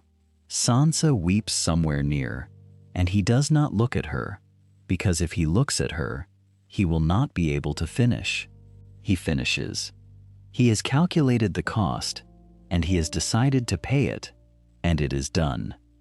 But Joffrey is not a piece that moves according to any strategy. Joffrey is chaos wearing a crown. Cersei has planned for the wall. Varys has planned for exile. The whole board has been arranged toward a bloodless resolution that serves every faction's interest. And the boy king, drunk on the height of his own power, looks out at the crowd screaming for the traitor's head and decides that he would rather give them what they want. He raises his hand. He speaks the order. His own mother's face goes white with disbelief, and the small council recoils, and none of it matters, because the words have been said, and the king has said them. Ilyn Payne steps forward with ice in his hands, Ned's own sword, the Valyrian steel that has taken Stark justice for 300 years, now turned against the neck that carried it. They press him down. The steps are cold beneath his knees. He thinks, in the last moment, not of honor, and not of Robert, and not even of Sansa screaming somewhere in the crowd. He thinks of a woman dying in a bed of blood and winter roses, and the promise he made her, and the boy on the wall who does not run. He has kept his word. He has made certain the telling will survive him. It is enough. It has to be enough. The blade falls. The shockwave rolls outward from that moment, as it always would, north and south, through castle and camp and cottage, the news of a great lord's death riding faster than any horse. But this time, the wave breaks against a shore that has been prepared. This time, there is a woman in the north who does not learn of her husband's death, with her defenses down and her secrets scattered. Word reaches Winterfell on a gray morning when the mist still clings to the godswood. Catelyn Stark hears it from a rider whose face she will remember for the rest of her life, and for a long moment she does not move at all. The world narrows to a single point. The grief comes for her the way a tide comes, patient and total, and she lets it take her because there is no fighting it and no reason to try. She weeps. She weeps for the man she loved, and the man she nearly hated, and the man she came at last to trust with the deepest secret either of them would ever keep. She weeps until there is nothing left, and then something else rises in the emptied space behind the tears. Resolve, cold and clean and hard as the steel that killed him.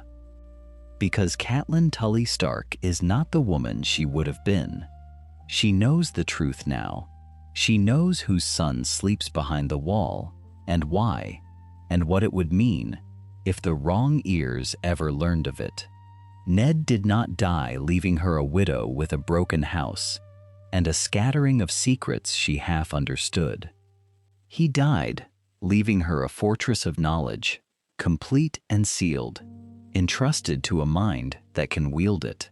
Her children first, Robb, who must be told, who must be steadied, who will not march south a blind boy, but a lord who understands the whole shape of the war he is about to fight. And Jon, Lyanna's son, her husband's last and greatest promise. kept safe in the one place no southern schemer will think to look. She wipes her face. She rises, and she begins to give orders. What if a war could be won, not with swords alone, but with truth, held like a blade behind the back? What if the difference between a boy who marches to his death and a king who bends the realm to his will lay not in his courage, but in what his mother chose to tell him? The Robb Stark who rides south now is not the Robb Stark who would have ridden south blind. He knows things, and in war, knowing is everything. The victories come, as victories often come to those who deserve them, and prepare for them. At the Whispering Wood he takes the Kingslayer, folds the Lannister host like a man folding a letter he has already read. The lords of the Riverlands look at this boy of 15 and see a wolf where they expected a pup. But the true weapon Robb carries is invisible, and it rides beside him always, in the person of his mother. Catelyn Stark counsels him now not as a grieving widow, but as a woman who holds the map of every secret in the South. She knows the dagger. She knows its provenance, the Valyrian steel meant for a sleeping child's throat, the hand that bought it, and the mouth that lied about it afterward. She knows the incest, the golden abomination sitting the Iron Throne, the truth Jon Arryn died discovering, and Ned Stark died proving. And so the Starks waged two wars at once, one of arms, fought in mud and river fords, and one of legitimacy, fought in the whispered corners of great halls, where a well-placed truth does more damage than 1,000 horsemen. Consider the arithmetic of it. A rebellion of grievance is one thing, a son avenging a father, a north defending its own. But a rebellion of righteousness is another creature entirely. When Robb's bannermen learn what Catelyn tells him, quietly, that the throne is held by a bastard born of a queen and her own brother, the war changes shape. It becomes not treason, but correction, not defiance, but duty. Catelyn understands this, the way a chess player understands the board. Each secret is a piece. Each piece must be moved at the precise moment, no sooner, no later. And then the moment comes that she has been dreading and preparing for in equal measure. In the great hall of Riverrun, or perhaps in some torch-lit chamber where the northern lords gather with wine sour on their breath and grief hard in their eyes, the great Jon rises. He speaks the words, "Why should we bow to a southern king who murdered our lord? Why should we kneel at all? There is a king in the north, and his name is Stark." The swords come out. The cry goes up, "King in the north! King in the north!" It fills the room like floodwater. Catelyn watches from the shadows of the dais, and her face gives nothing away, because she alone in that hall knows the terrible irony of the moment. They are proclaiming a king in the north to unseat a false king in the south, and all the while, 1,000 miles away behind a wall of ice, sleeps a boy with the blood of the true kings, the old kings, the dragon kings, running warm in his veins. Lyanna's son, Rhaegar's son. The tangled web of claims spins itself out in her mind, thread by thread, and she sees how easily it could all unravel. What if the wrong man learned that Jon Snow was no bastard at all? What if the boy she is protecting is the single most dangerous piece on the entire board? But she made a promise beneath the heart tree, her hand pressed to the weirwood's carved and weeping face, her voice steady, though her heart was not. And so she keeps her silence. She lets them crown her son. She does not speak of dragons. Some truths are weapons, and some truths are wildfire, and a wise woman knows the difference. She keeps the wildfire sealed. The war moves. Robb, victorious and crowned, must think now of alliances, of the raw arithmetic of numbers that no cleverness can wholly overcome. The Lannisters have gold, and the Reach, and the throne itself. The North has courage, and cold, and not enough men. And so his eyes turn, as a young king's eyes must, toward the sea, toward the Iron Islands, toward Balon Greyjoy, who commands a fleet, and toward Theon Greyjoy, who has slept under Stark roofs for 10 years and eaten Stark bread and called himself, in his heart, half a wolf. "Send Theon to Pike," Robb says. "He is my friend. He is my brother in all but blood. He will bring his father to our cause." And here Catelyn does what the woman she used to be would never have done. That woman was consumed by her own grief, her own children, blind with fear for Bran and Rickon. This woman is sharper, harder, forged in the crucible of a shared secret that taught her to weigh every man by what he wants and what he fears. She looks at Theon Greyjoy, and she does not see a brother. She sees a hostage who has grown into a young man, a son of a proud and bitter house, a boy who has never once forgotten that he was taken from his father in chains. And she speaks. "Do not send him," she tells her son, "in the quiet of the solar with the fire low. A man does not love the family that took him from his own. He will go home, and he will remember whose son he truly is, and that memory will be stronger than 10 years of your father's kindness." Robb frowns. He does not want to believe it. He loves Theon. Loyalty is easy for the young and honest. But Catelyn presses, patient and cold and certain, planting the seed, watering it with every argument she can summon. She does not know yet whether it will take root. She does not know whether her son will listen, or whether the pride of a young king who wants to trust his friend will win out over a mother's suspicion. But the seed is planted, and a single doubt, sown at the right moment, in the right ear, has changed the course of wars before. Robb says nothing for a long moment. He stares into the fire. What if a single doubt, once planted, does not stop the man it concerns, but merely shapes the ground on which he falls? Robb Stark does send Theon Greyjoy to Pike. In the end, the young king wants an alliance, and he wants to trust the boy who fostered beside him, and hope wins the argument that suspicion had nearly claimed. But Catelyn's words do not vanish when the door of the solar closes. They travel north in the mouths of others. They become instructions, and that is the difference. That is everything.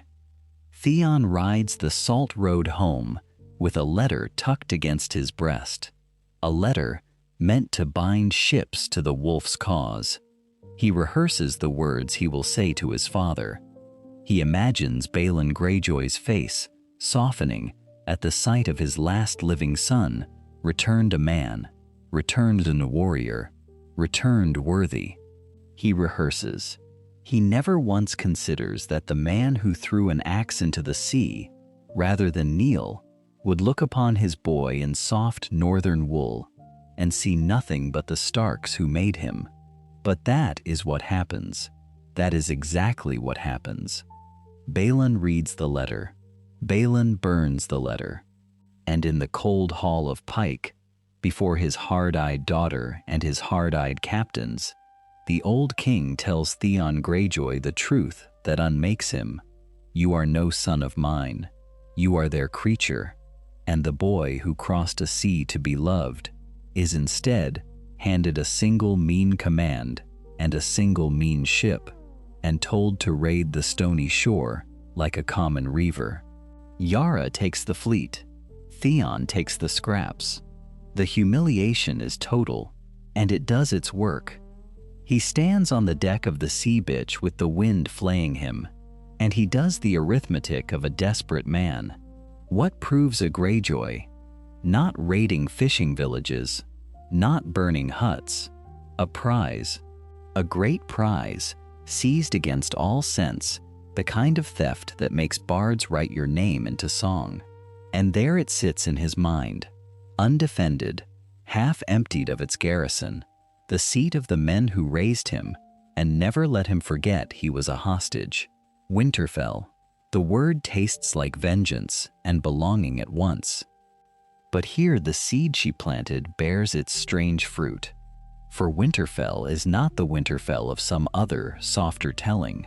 Catelyn's suspicion did not stay in the solar. It moved through the castle like cold water finding cracks. She had spoken to Maester Luwin. She had spoken, before she left for the south, to Ser Roderick Castle, gray and gruff and loyal to the marrow. Watch the Ironborn, she had told them, not as certainty, but as caution. If war comes and the seas open, do not assume the salt men love us. And a warning given to careful men is not forgotten. It is prepared for. So when Theon comes over the walls in the dark with his handful of reavers, he takes the castle, yes. He is clever and quick, and the garrison is thin, and treachery in the night will always find its opening. But the men he needs to break are already braced. Bran and Rickon are not caught abed like lambs. Sir Roderick had drilled the escape as a contingency, had shown the boys the way through the crypts and out beneath the walls, had spoken quietly with Osha, the wildling woman, who is wilier than any Ironborn, and trusts no man who climbs a wall by night. When Theon calls his conquest complete, the two Stark boys are already slipping into the Wolfswood, better provisioned, better guided, further gone than he can know. And this changes the shape of everything that follows. For Theon's conquest is hollow. He holds stone and empty halls. He holds nothing that matters, because the prize he wanted, the heirs, the leverage, the proof, has walked out through the earth beneath him. His men grow restless. The northern smallfolk, who were warned by their lords to expect exactly this treachery, do not scatter in confusion. They melt into the forests and the villages, and they carry word, fast, from holdfast to holdfast. And the word is not merely that Winterfell has fallen. The word is that it fell to Ironborn faithlessness, precisely as the Starks had feared. The North does not react as to a shock. It reacts as to a betrayal it was told to watch for. And righteous fury, forewarned, moves faster than surprise ever could. Theon feels the ground shifting and cannot name why. He knows only that his triumph is turning to ash in his hands. The boys are gone. He must find them, or he must appear to have them, or he is finished. So he does the thing that damns him beyond all redemption. He rides down two miller's boys, innocents of no name worth remembering to the great, and he butchers them, and he burns their small bodies past knowing, and he hangs them from the walls of Winterfell, and calls them the sons of Eddard Stark. He does it to buy himself belief. He does not understand that belief, once purchased with such coin, cannot be spent twice. Because the North was watching, because the small folk who fled were not fools, and some of them knew a miller's boys by their hair, by their teeth, by the shape of their hands. The lie that might have held in a quieter world does not hold here. Whispers begin, and into those whispers, into that gathering storm of northern rage, rides another force entirely, one that has been waiting for exactly this chaos to hide within. Ramsay Snow comes to Winterfell not as a savior, but as a wolf circling a wounded stag. In the older telling, his treachery hides in the smoke and the confusion, unnoticed for far too long. But here the North is alert, its lords warned, its watchers already sifting truth from lie. So when Ramsay flays the Ironborn and torches the castle he claims to be liberating, there are eyes that see it clearly. There are men who survive to speak of it, and the name Bolton begins, far earlier than fate intended, to acquire the stink of the traitor. Roose Bolton, far to the south beside the young king he means to murder, does not yet know that his bastard's cruelty has begun to show. Far to the south, where the storm lands gave way to rolling hills and orchards heavy with autumn fruit, another kind of calculation was underway. Catelyn Stark rode toward Renly Baratheon's camp not as a grieving widow, though grief still lived in her, but as an emissary carrying a weapon sharper than any blade her escort bore. She carried certainty.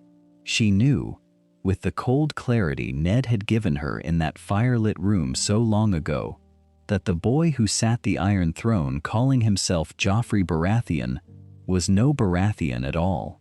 She had watched her husband hold the truth of Jon Snow's birth as a wound he would not let fester into cruelty, and from that watching, she had learned how a secret might be held, not as a burden, but as a tool.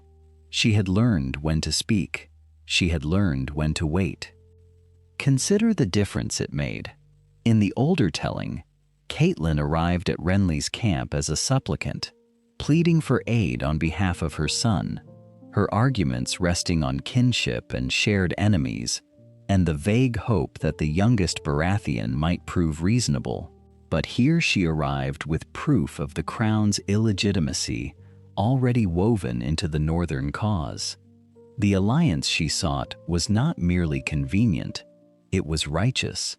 When she spoke to Renly beneath his rainbow-canopied pavilion, surrounded by his laughing lords and his gleaming rainbow guard, she did not beg. She reminded.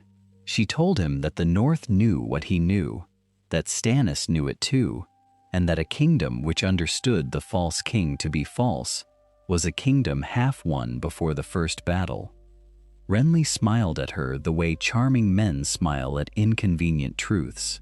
He was young and beautiful and certain of his own inevitability. He had the largest army in Westeros and the love of the Reach and the confidence of a man who had never lost anything he truly wanted. Catelyn watched him and saw the flaw in him at once. He believed the game was already decided. He believed his 100,000 men and his golden armor made the outcome a formality. And a man who believes he has already won is a man who has stopped watching the board. She warned him, in her way, not directly. She spoke of his brother Stannis and the Red Woman who never left his side, of the sorcery that men whispered clung to Dragonstone like sea mist. Renly laughed and called Stannis a joyless man who worshipped a foreign god. He did not finish the thought that would have saved him. He did not need to, he believed. And in the gray hour before dawn, as Renly stood being armored for the parley that would settle his quarrel with Stannis, the tent grew suddenly cold, and a shadow, that was not a shadow, slid across the canvas. Catelyn saw it. She would remember it for the rest of her life. A darkness with the shape of a man, born of no torch and cast by no living thing, moving with purpose toward the young king. It reached him.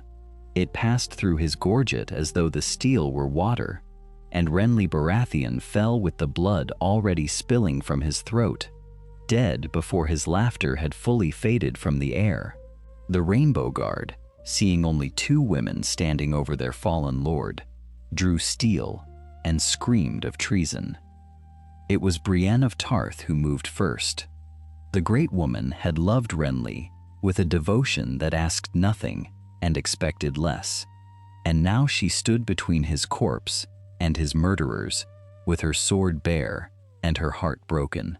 Catelyn, who had witnessed the sorcery with her own eyes and understood that no earthly blade had done this, seized the moment as a strategist seizes an opening. She called to Brienne. She named the truth aloud, that shadow and witchcraft had killed the king, that they would both hang for it if they stayed, that vengeance delayed was vengeance still possible. And Brienne, who had nothing left to protect but the memory of the man she served, chose to live. They fled together into the confusion. Two women on horseback tearing through a camp that would within hours splinter and bleed into the arms of Stannis and the Tyrells alike. On the road north, in the quiet that followed terror, Catelyn took the measure of the woman riding beside her. Grief had hardened her judgment, the way Ned's confidences had hardened it years before, teaching her that loyalty was the rarest currency in all the world, and worth more than blood or gold. She saw in Brienne something she had learned to recognize, a person who would not lie, who could not lie, whose oaths meant precisely what they said. She took Brienne into her service, not out of pity, but out of clear-eyed understanding. In a game of shadows and false kings, a sword that would never turn was beyond price. They rode into Robb's camp to find fresh crisis already brewing. Catelyn learned within the hour that her son intended to release Jaime Lannister, that the Kingslayer was to be traded for her daughters, that the boy king of the North was weighing his sisters against his best hostage and finding the scale impossible to balance. In the older telling, grief and desperation drove Catelyn to act alone in the dark, to free Jaime herself and shatter her son's trust in a single reckless night. But that Catelyn had never been trusted with a kingdom's deepest secret. This one had spent years learning that the wildest impulse rarely served the coldest need, that a mother's terror must be governed by a strategist's patience. So she did not act alone. She went to Robb. She sat across from her son in the flickering light of his command tent, and she did not weep, and she did not scheme in secret. She negotiated. She spoke of hostages and terms, of oaths and safe conducts, of what the Lannisters might be made to give, and what could never be recovered once given freely. She asked him what conditions he would set, and Robb, who had been braced for her tears, found himself instead facing something far more dangerous. He found himself facing his mother's reason, and reason was harder to refuse than grief. What if the release of Jaime Lannister need not be a wound at all? What if the very act that once broke the Stark cause could be transformed into something that strengthened it? The difference lay not in the deed, but in the manner of it. A hostage freed in the dark is a betrayal. A hostage exchanged in the light, under sworn oath and watchful eyes, is diplomacy. Catelyn understood this distinction with the clarity of a woman who had lived long enough to know that the same action, performed differently, changes everything about what follows from it. So she did not free him. She proposed to trade him. She spoke of a keeper, someone whose honor no man could question, someone who would ride the Kingslayer south, not as a mother's desperate gamble, but as a formal envoy of the king in the north, tasked with returning the girls and returning again to answer for the mission. Brienne of Tarth, the great, plain woman whose loyalty ran deeper than any bloodline, who had sworn herself to Catelyn's service, and who would sooner die than fail her charge. Under Brienne's watch, the exchange became controlled, sanctioned, recorded. It carried the weight of the crown rather than the shame of a broken faith. And Robb, who had spent long nights dreading the moment his mother would ask him to choose between his sisters and his war, saw suddenly that she had found a way to refuse the choice entirely. He agreed. He agreed because she had made agreement the wiser path, and because a king who wins is a king who listens to the counsel that keeps him winning. But the tent held a second secret, and this one belonged not to Catelyn, but to her son. He confessed it slowly. He spoke of Jane Westerling, of the wound taken at the crag, of the tenderness that had come after, of a night that could not be unmade. What if the boy who commanded armies was still, beneath the crown, a boy? Catelyn watched his face and felt the cold arithmetic assemble itself behind her grief. She knew what he had done. She knew what it would cost, and she knew that the cost had a name, and the name was Frey. Walder Frey was old and cruel and vain, and he had been promised a marriage. His pride had been purchased with an oath, and pride is a currency that does not forgive default. In the older telling, this was the crack through which the whole edifice fell.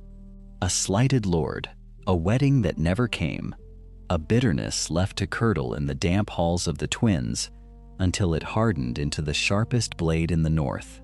Catelyn had not lived that story, but she had lived enough of its rhymes to hear the danger in the silence her son's confession left behind. She did not weep.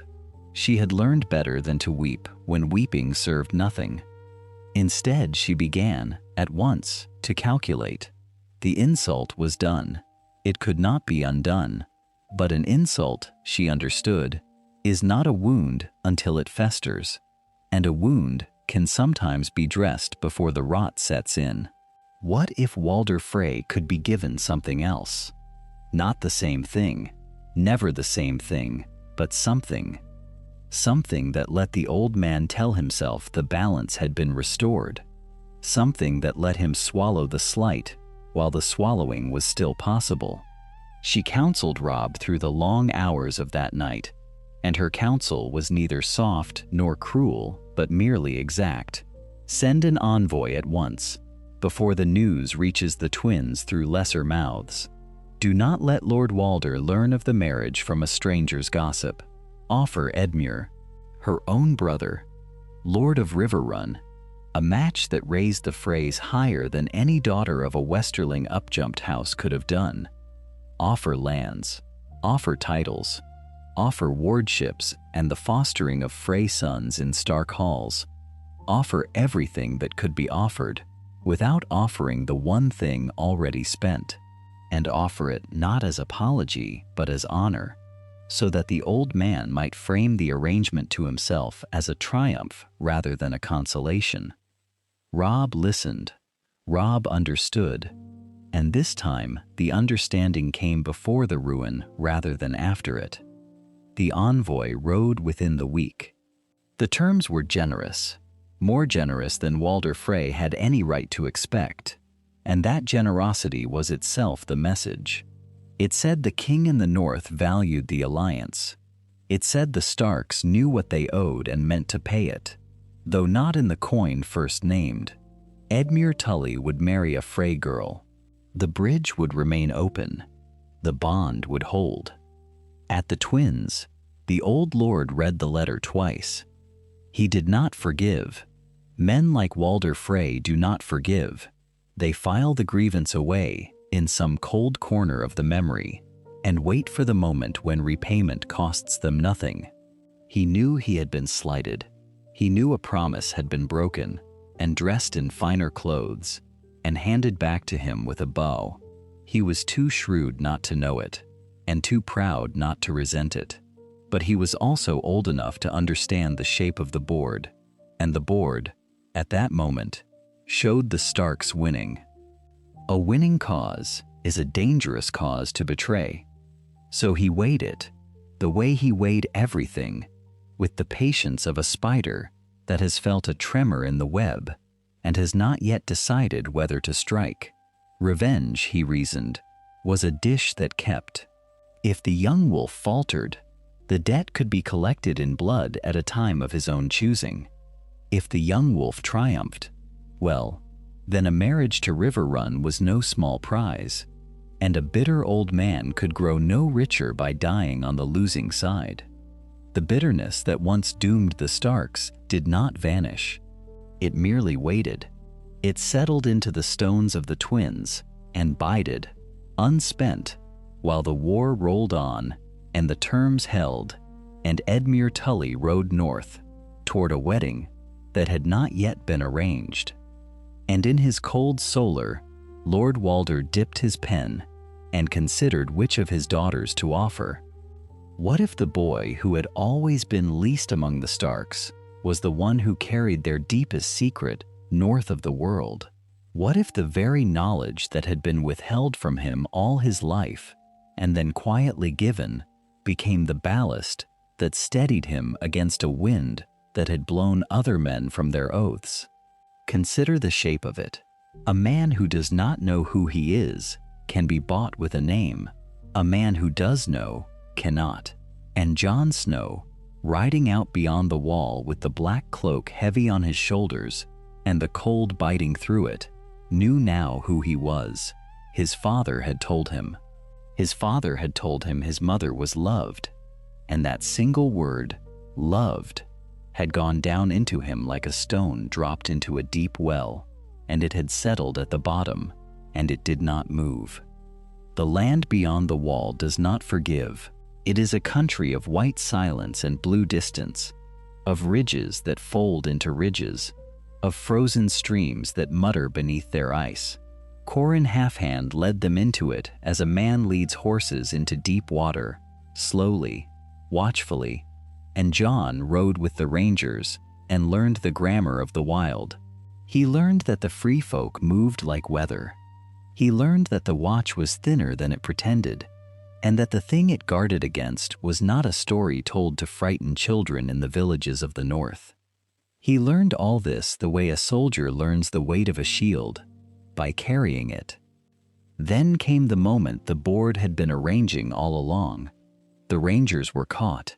Steel found flesh among the rocks, and in the aftermath, Qhorin looked at the bastard boy who was not, after all, a bastard, and gave him an order that would have curdled the blood of a lesser man. Go among them. Become one of them. Wear their trust like a stolen coat. Do whatever they ask of you, the half-hand said. And Jon understood that whatever meant everything, that it meant even the unthinkable, that it meant a knife and a throat, and a debt he would carry alone. He did not flinch. Here is the calculation that a man of firm identity can make, and a hollow man cannot. To pretend to be someone else, you must first be certain of who you are. A man of smoke cannot cast a false shadow, for he casts no true one. Jon was not smoke, so Jon could lie. The wildlings took him, and among them he met a woman with red hair, kissed by fire, they said, and lucky for it. Egret, she circled him the way a wolf circles a stranger, testing, taunting, watching his eyes for the truth beneath his words. And there was truth there she could not read. She thought she saw a crow half tempted, a boy hungry for warmth and freedom, and the wide, unwalled country where a man knelt to no lord. She was not entirely wrong. The pull of the free folk was real, and it was strong, and it worked on him as it worked on all the young who had been told their whole lives that they were the least. Come south of nothing, the free folk seemed to whisper. Here no one asks who your mother was. Here every man is his own house. It was a seduction dressed as a philosophy, and it had unmade sterner oaths than Jon's. But it did not unmake his. And to understand why, you must return to the well and the stone at the bottom of it. The free folk offered him a place where his birth would not matter. Yet his birth had already stopped mattering in the only way that could wound him, because his father had lifted the shame from it with a single sentence in a cold room a lifetime ago. Jon did not need the wildlings to tell him he was free of the stain of his birth. He was already free of it. He carried the freedom inside him, sealed and secret, and so the thing they offered was a thing he already possessed. You cannot bribe a man with what he already owns. This is the quiet arithmetic that held the wall together in the North's darkest hour, and no one who watched it happen would ever know that it turned, in the end, on the words of a dead man spoken to a boy beside a hearth. Then the news came, as news always finds its way, even into that white silence, carried by mouths around campfires, by wildlings who took a grim satisfaction in the troubles of the kneelers. The lords of the south were at war. The young wolf had marched, and Lord Eddard Stark of Winterfell was dead. Jon heard it in fragments, the way a man hears his own name spoken in another room, and each fragment was a blow. His father, the man who had raised him, who had given him his true self in that final conversation, gone. And with the grief came the older, hotter thing, the thing that lives in every young man's chest and calls itself honor when it is really only hunger. Vengeance. He wanted to ride south. He wanted to find whoever had done it and answer blood with blood. The desire rose in him like a tide. And here the stone at the bottom of the well did its final, quietest work. His father had asked him to hold the wall. His father had told him that the watch was where he was needed, that the true war was the one no Southron lord would fight, that duty was not the enemy of love, but its highest expression. Jon remembered the words. He remembered the voice that spoke them.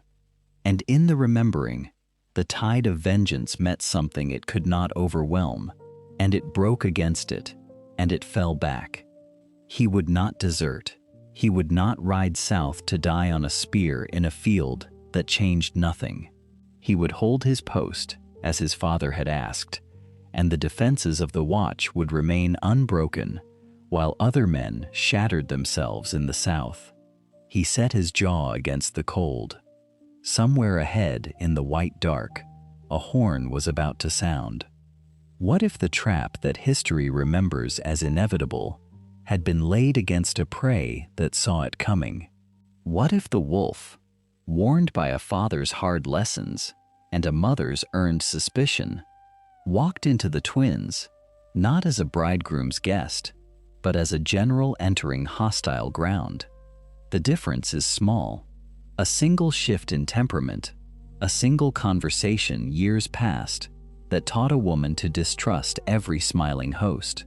And from that small difference, the whole shape of a slaughter changes. Catelyn Stark rides north to the twins with her mind already working. She has learned, over long years, that the men who bow lowest are the men who resent you most, that hospitality offered too eagerly is often a mask stretched over a knife. Ned taught her this, though he taught it gently, in the quiet way he had of telling truths without seeming to teach at all. She remembers his face in the darkness of Winterfell, the night he told her the thing that had lain between them for 16 years. She remembers how, after that, she trusted differently, not less, differently. She learned that a man might carry a secret his whole life and mean no harm by it, and she learned, too, that the ones who could keep such secrets were the ones you had to watch. Walder Frey keeps his grievances the way a miser keeps coin. She has not forgotten this, so she inspects the guest terms herself. She reads them twice. She notes the number of Frey men-at-arms permitted within the hall, and she notes what that number leaves unaccounted for: the soldiers who might be waiting elsewhere, in the courtyards, on the bridges, behind the doors that no one thinks to open until they open all at once. She keeps Grey Wind close. Robb wanted to kennel the direwolf, thinking it a courtesy to their host. Catelyn overruled him, quietly, the way she has learned to overrule her son when his youth reaches too eagerly for peace. The wolf stays. The wolf stays where his master can see him. Robb marches to honor the amended arrangement. His uncle Edmure is to wed a daughter of House Frey, and the old lord has been mollified, or claims to be, by the apology tendered earlier and the marriage now offered. On the surface, the ledger is balanced. Beneath the surface, Walder Frey nurses his wound. He is a man who forgives nothing, forgets nothing, and files every slight away for the day when it can be repaid with interest. He has agreed to Roose Bolton's design. The Lord of the Dreadfort has whispered the word the Freys wished to hear. The young wolf is to die at a wedding feast, and the Boltons and Freys are to carve the north between them and lay their bloody prize at the feet of a Lannister king. But the design assumes a lamb, and Robb Stark has not come as a lamb. Consider the tactical arithmetic that Roose Bolton did not fully weigh. A trap depends on surprise. Surprise depends on the victim's ease. And the Starks, this night, are not easy. Robb has posted his own men where he can. Catelyn watches the musicians' gallery and marks that the players carry themselves like soldiers, that their hands rest too near their instruments in the way that men rest their hands near hilts. She leans toward her son and speaks low, and Robb, who has learned in a hard year of war to trust his mother's instinct over his own hope, does not argue. He shifts his weight. He loosens the blade at his hip beneath the table where no eye can see. Greywind, chained in a pen too near the hall, catches a scent on the air and begins, low in his throat, to growl. The doors are barred, the music changes, and the trap springs. Here the design meets its flaw. In the history that might have been, the Starks are unarmed, unready, drunk on wine and false safety, and the slaughter is total, a butchery of men who never reached their swords. That is not this night. This night, the first Frey crossbows loose their bolts into a hall of men who were already half risen, already reaching, already turning toward the danger their instincts had been screaming of for an hour. Some Starks fall. Of course some fall. A trap sprung is still a trap, and blood is spilled on both sides of it. But the bolts that should have found unprotected throats find raised arms, mail, overturned tables, and then the wolf is loose. No one is certain, afterward, who freed Greywind. Perhaps a Stark man died reaching the pen. Perhaps the beast tore the chain himself in the frenzy of the scent of his master's blood. It does not matter. What matters is that a direwolf the size of a pony is suddenly among the Frey soldiers in a hall too crowded for crossbows to reload, and the screaming that follows is not the screaming the old lord had rehearsed in his imaginings. Roose Bolton reaches for the knife he means to slide between the young wolf's ribs. He does not reach it in time. Robb turns, and their eyes meet across the chaos, and in that instant, each man understands the other completely. The betrayer sees that he is discovered. The betrayed sees the face of the man who meant to end his line. There is no exchange of words. There is no time for words. Bolton is a careful man, and a careful man knows when a plan has failed, and he does the only thing left to a careful man. He runs. Catelyn is already at Robb's side, a fallen soldier's blade in her hand, her back to a stone pillar, her son before her. They fight toward the barred doors. Men die around them, Frey and Stark and Bolton, the hall a churning red ruin. Grey wind clears the path that steel alone could not. And through the smoke and the screaming, Robb Stark and his mother cut their way toward the night beyond the walls, bleeding, diminished, but breathing. Behind them, the twins burn with a betrayal that has curdled into slaughter, and ahead of them, the darkness waits, and somewhere in it, Roose Bolton is already riding hard for the Dreadfort with a failed murder at his back. What if a betrayal, meant to be silent, becomes instead the loudest thing in the North? What if the very act designed to erase a king only serves to crown him twice over in the eyes of men who had, until that night, harbored their private doubts? This is the arithmetic Roose Bolton failed to calculate as he rode for the Dreadfort. A murder that succeeds vanishes into history. A murder that fails becomes a rallying cry. Robb Stark does not die in the ruin of the twins, and this single fact rearranges every piece upon the board. He is carried south and east through the river country, wounded but conscious, a crossbow bolt drawn from his shoulder by a maester who works through the night in a holdfast whose lord had once sworn to Walder Frey, and now swears to nothing but survival. Catelyn does not leave his bedside. She has done this before, sat vigil over a son whose life hung by a thread, and there is a terrible familiarity in the waiting, in the counting of breaths, in the way she measures each hour against the fear that it might be the last. But this son wakes, this son mends, and as he mends, the ravens fly. Consider what a raven carries. Not merely words upon a scrap of paper, but the weight of a witnessed thing. The North had grown uneasy in the shadow of the Dreadfort for years, without ever quite naming its unease. The Boltons flayed men. The Boltons kept to themselves. The Boltons watched the Starks with a patience that certain lords, if pressed, would have called something colder than loyalty.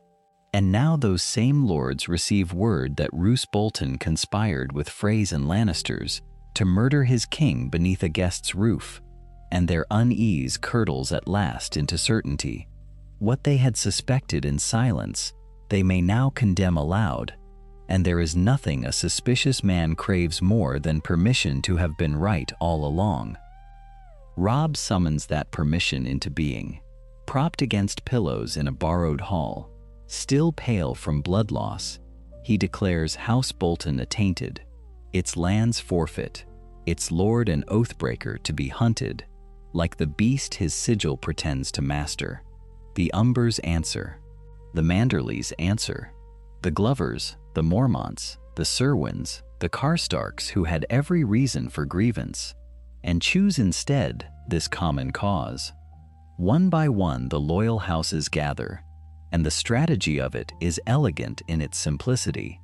A king who survives an assassination is no longer merely a king. He is a symbol of the treachery that failed. Men do not rally to power, they rally to grievance. And Robb Stark, bleeding and diminished, has become the living embodiment of a wrong that every honest Northman may now avenge. Catelyn understands this better than her son.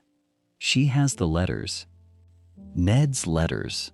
The careful accounting he sent south from Winterfell before his own death, detailing what he had learned in King's Landing, the truth of Cersei's children, the murder of Jon Arryn, the whole rotten architecture of Lannister crime laid bare in his measured hand.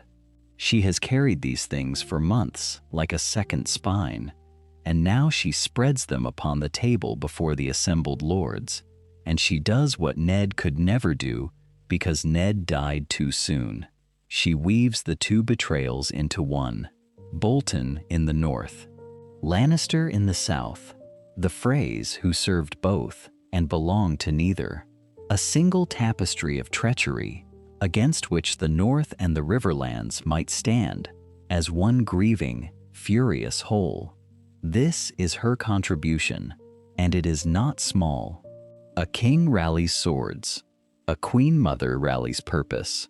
She gives the war its meaning, and meaning is the deadliest weapon of all, because swords tire and men die, but a cause outlives the arm that swings for it. The banners rise. The North remembers. And in the quiet after the councils, when the lords have ridden to raise their levies, and the hall stands empty save for a fire, and two people who have survived what should have killed them both, there is another accounting to be made, a private one, the last debt Ned Stark left unpaid. Robb is stronger now. He sits upright without wincing, and he watches his mother across the flames, and he asks the question that has troubled him since the night of blood. He asks why Bolton chose that moment, why the plan had felt so total, so certain, as though the conspirators believed the whole future of House Stark could be cut down in a single haul. And Catelyn does not deflect. She has spent a lifetime deflecting this one truth, and she is tired of it. And she has learned in the burning of the twins how thin the thread is that holds a family together. So she tells him. She tells him what Ned told her 15 years ago in a solar in Winterfell, the promise made at a tower in the Red Mountains of Dorne, the sister dying, the child living, the lie that a father built around a nephew to keep him breathing. She tells him that Jon Snow is not his brother by blood, but his cousin, that the blood is dragon blood, that the boy he grew up beside is the last living thread of a line the whole realm believes extinguished. Robb does not speak for a long moment. He looks into the fire as though he might find his father's face there. What if the burden his father carried alone might have crushed a lesser man? What if the silence Ned kept for 15 years was itself the greatest act of love the man ever performed? These are the questions moving behind Robb's eyes, and Catelyn watches them move, and she waits. When he speaks, his voice is quieter than she expected. He says that his father carried this alone for too long. He says that no man should. And then he swears something his father never asked of him, something Ned went to his grave, never daring to hope for. He swears not merely to keep the secret, but to stand beside Jon when the day comes to unveil it, to complete with his own hand the trust his parents began before he was old enough to remember.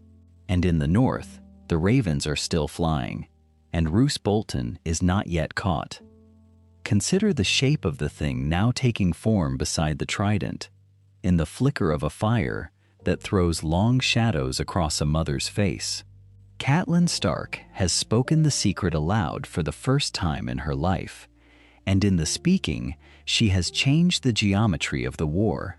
She had thought this confession would be a burden she laid upon her son. She sees now that it is a weapon. She sees now that it is a key. And she watches Robb turn it over in his mind, the way a swordsmith turns a blade before the quenching, testing its weight, testing its temper, wondering what it might cut. Robb does the arithmetic without meaning to. It comes to him unbidden, the way strategy always comes to him now, in the cold, clean logic that command has taught him. If Jon is who his mother says he is, then Jon is not a bastard of Winterfell, but a son of the last dragon prince, and that changes everything the maesters have written, and everything the lords have assumed. The realm believes the Targaryen line extinguished, but for a girl across the sea, a girl half the world has already forgotten. What if the line is not one thread, but two? What if the boy who slept beside him in the great keep, who bled beside him in the yard, who wept the day they parted at the crossroads, is the mirror image of a claim rising in the east? He speaks the thought aloud, tasting it. Daenerys Targaryen, he says. The name lands in the firelight like a stone dropped into still water. Catelyn does not answer at first, because she has not thought this far, because she carried the secret only to protect it and never to wield it. But Robb thinks like a king now, and a king cannot help but see the board entire. If the dragon claim matters, he says slowly, then Jon is not a rival for the north. He is a bridge. Two claimants of the same blood, one in the frozen wastes, and one across the narrow sea, and between them, a realm torn by 5 kings, who each hold only a fraction of what a Targaryen could hold whole. The Lannisters sit the Iron Throne on the strength of a lie about a boy's parentage, and here, in a tent by a river, a mother has just told her son a truth about another boy's parentage that could unmake that lie entirely. Robb does not say all of this. He does not need to.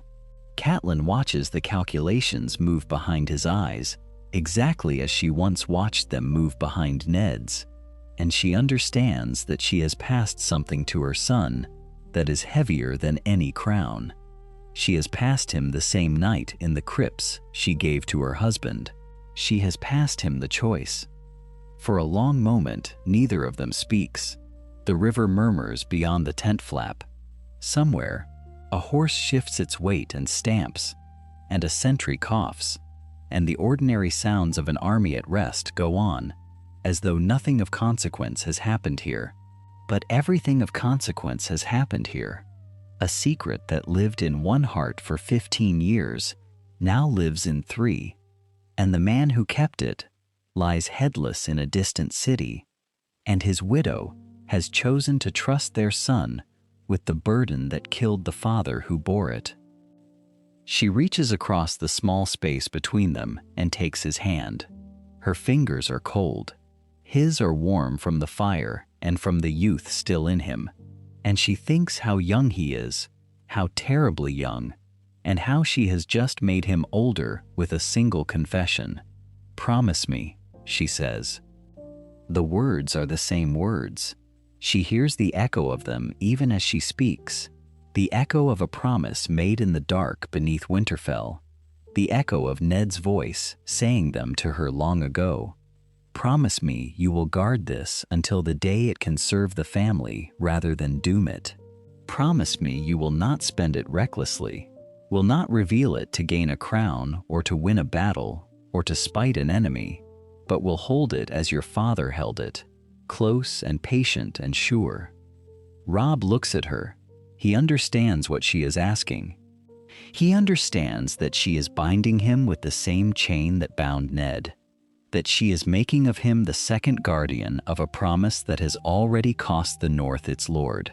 And he understands, too, that a king who binds himself to secrecy binds his own hands, that there may come a day when this truth could save him, and he will be forbidden by his own vow to use it. He weighs this. He weighs it fully, the way he weighs everything now. Then he says the word, "I promise." He says it the way a man swears an oath before a heart tree, low and certain, and Catelyn feels something loosen in her chest that has been clenched tight since she left the crypts. The second generation is bound now. The promise made in the dark beneath Winterfell has become a promise made in the light of a fire beside the trident, and the thread that connects them is a thread of blood and love and the terrible weight of things that cannot be spoken. She does not tell him everything yet. She does not tell him the smallest details, the way Ned's face had looked, the exact words that passed between herself and her husband in that cold crypt. Those she keeps. Those are hers. But the shape of it he now holds, and the shape is enough to change how he thinks about the war he is fighting, and the brother he is fighting it beside. And in the north, far from this tent, and this river, and this whispered oath, the ravens are still flying. Rose Bolton reads a letter by candlelight in a hall that is not his own, and folds it, and does not smile, because Roose Bolton never smiles. He is not yet caught. He is only waiting. What if a man knew exactly who he was before he was asked to become something else? What if the question of identity, the question that gnaws at every ambitious heart in this frozen world, had been answered years ago in a cold whisper beside a hearth, so that when kings and generals came offering crowns and castles, he could meet them not with hunger but with certainty? This is the difference the truth makes. This is what changes when a father chooses honesty over silence. The man who returns to Castle Black through the swirling snow is not the same man Cannon would have made him. He carries something the other Jon never had. He carries the knowledge of his own name. The wall rises before him, 700 feet of ancient ice, glittering pale in the failing light, and beyond it, out in the haunted dark, gathers a host that has never in living memory been gathered before. Mance Rayder, the king beyond the wall, has done the impossible. He has united the free folk, the Thens and the giants and the raiders and the cave dwellers, all the scattered peoples who have spent 1,000 years cutting one another's throats, and he has pointed them south toward the last barrier between them and the warm lands. Jon rides through the gate as the horns begin to sound. He does not have time to rest. He does not have time to grieve for Ygritte, whose body he left cooling in a cave far to the north. There is only the wall, and the men upon it, and the tide about to break against it. He takes command without being given it. This is the thing the brothers of the Watch will remember afterward, when they tell the story in the common hall over cups of hot wine. Sir Alliser is wounded. Bowen Marsh is elsewhere. The old bear is dead, murdered at Craster's Keep in a mutiny that soaked the snow red, and there is no clear voice to hold the line. And into that silence steps a young man who speaks as though he has always known how to speak, who positions the archers along the parapet, who orders the barrels of oil brought up, who sends men to tend the great crossbow they call Egret's own name for the wind. He does not shout. He does not need to. There is a stillness in him that the frightened men latch onto, like drowning sailors seizing driftwood. And in the marrow of that stillness lies a secret they cannot see. He is not fighting to prove he is worthy. He fought that battle long ago in his own heart and won it, because a man named Eddard Stark once told him the truth of his blood. The assault comes in the black hours, and it is terrible. Giants haul at the gate with mammoths straining against chains. Fire arrows arc through the darkness like falling stars. Men die screaming on both sides of the ice, and the young commander moves along the top of the wall as though he were born to it, steadying, ordering, holding. The wall holds. Through that long night of horror, the wall holds, and when the dawn comes gray and pitiless over the field of the slain, the free folk have not broken through. Mance draws back to regroup, and it is then, in that thin morning light, that the horns sound again, but from the south this time, and the men of the Watch look down to see steel banners and the burning heart of the Lord of Light, and the host of Stannis Baratheon comes crashing into the wildling rear like a hammer falling on an anvil. The battle is over quickly after that. Mance's host, arrayed for assault, is caught between the wall and the mailed knights, and it shatters. The king beyond the wall is taken in chains, and Jon Snow, black with soot and stiff with cold, and a hero now whether he wishes it or not, is summoned to the king's presence. And there the offer is made that would have undone the man Cannon knew. Stannis is precise. Stannis is a blade of a man, all edges and duty, and he sees in Jon exactly what he needs. Bend the knee, the king says. Take the name Stark, be legitimized, be made Lord of Winterfell, hold the North in my name against the Boltons who betrayed your family. It is everything the bastard of Winterfell was never permitted to want. A name, a castle, a place. And the king watches him with those hard blue eyes, certain that no boy raised in shame could refuse such a gift. But Jon knows something the king does not. Jon knows that Winterfell is not his to take, and never was, and could not be given even by a king. His father told him. Not the fostered father of the crypts, but the man who raised him, the man who chose truth, told him plainly whose blood he carried and whose he did not, and in that telling, drew a clear line between what Jon is and what Robb's line will always be. Winterfell belongs to the true-born Starks, to Robb, if Robb lives, to Robb's heirs after him. Jon declines. He declines with a clarity that no orphaned, aimless boy could ever have summoned, because he is not orphaned, and he is not aimless, and he has always known precisely where he stands. Stannis does not understand it. He frowns and files the refusal away as either honor or folly, and moves on. But Jon feels something settle in him as he speaks the words. He is not clinging to the Watch because he has nowhere else. He has somewhere else. He has a family that knows his truth and shields it, a mother-by-law who wept and then held him, a father whose honesty reshaped the world, And when a rider comes hard through the gate 3 days later, mud to the knees and hoarse with cold, bearing word that the king in the north lives, that Robb Stark did not die on the trident, that Robb marches north even now with the survivors of his host, Jon feels his heart lurch in a way he has not felt in years. He sets down the sword he was cleaning. He rises. Robb is coming, and Jon does not know, yet, whether to ride out to meet him. What if a broken castle could be made whole again? What if the walls that had run with the blood of the Stark household, that had watched a false lord flay the truth from the north, could once more shelter the children of the family that raised them? Consider the arithmetic of it. The Boltons had never truly held Winterfell. They had occupied it, and occupation without loyalty is merely a garrison waiting to be overrun. Robb Stark understood this, the way a young man understands only what has cost him dearly to learn. He did not storm the walls in reckless glory. He waited.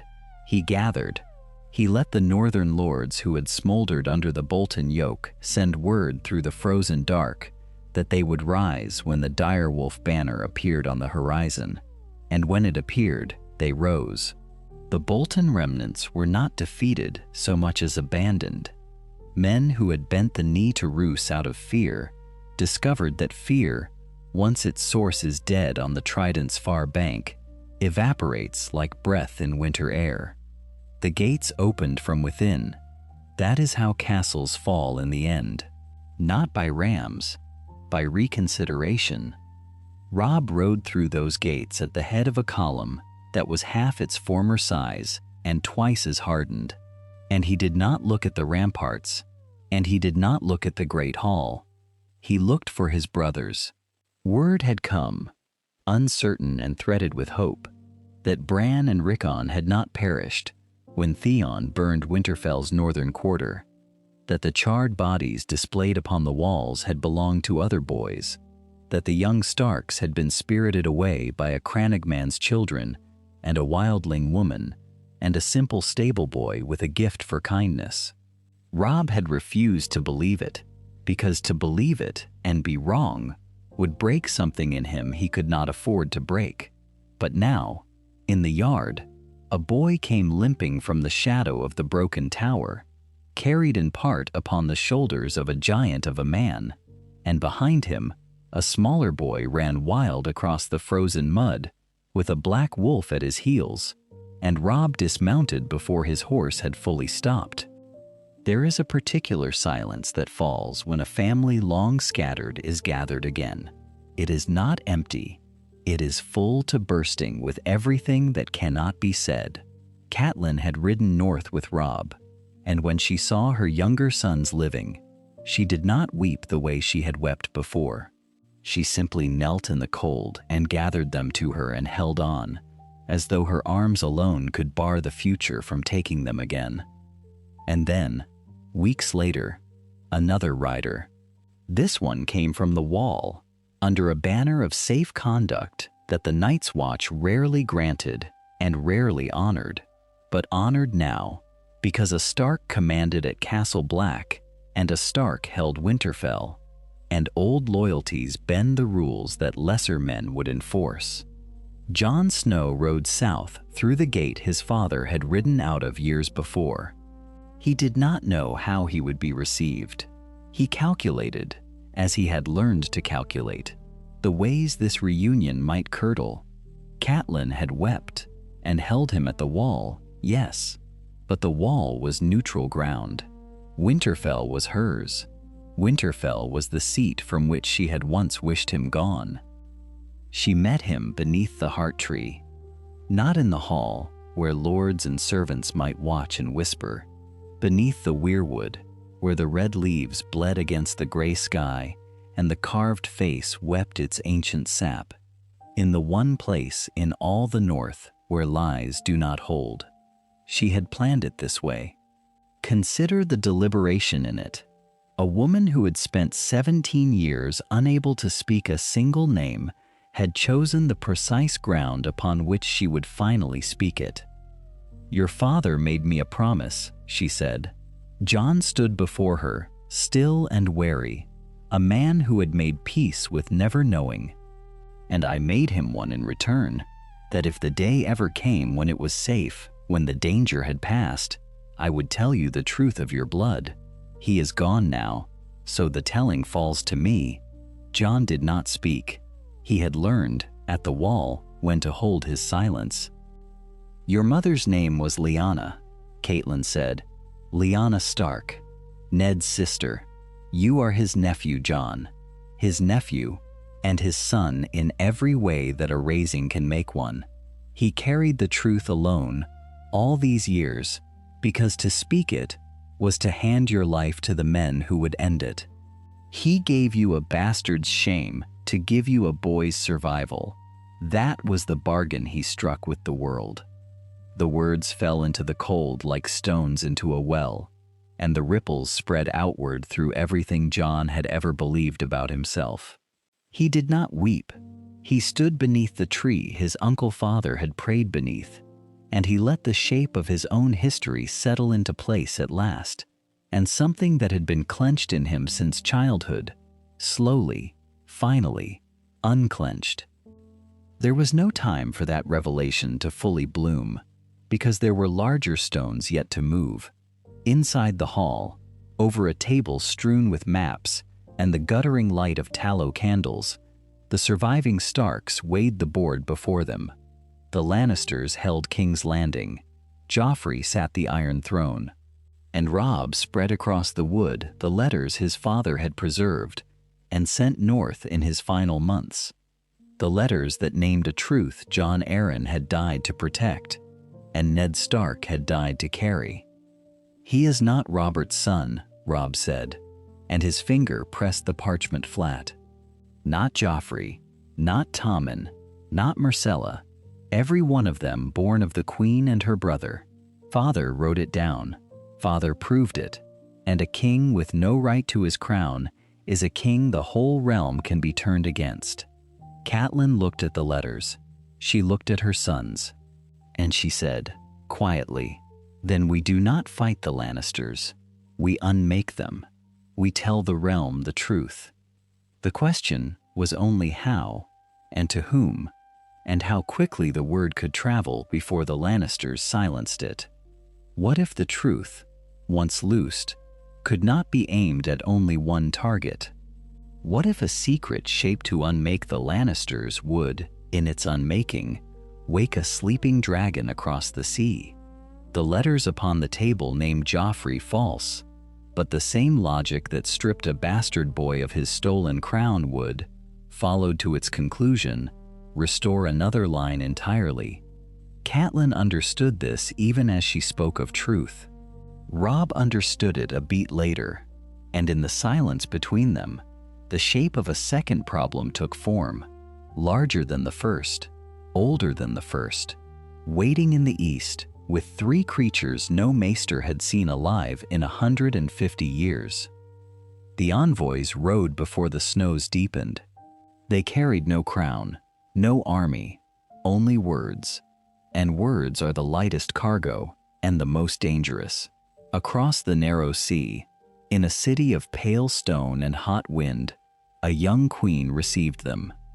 Daenerys Targaryen had spent her life as an exile, a beggar, a bride sold and widowed, a woman who had walked into fire and walked out of it transformed.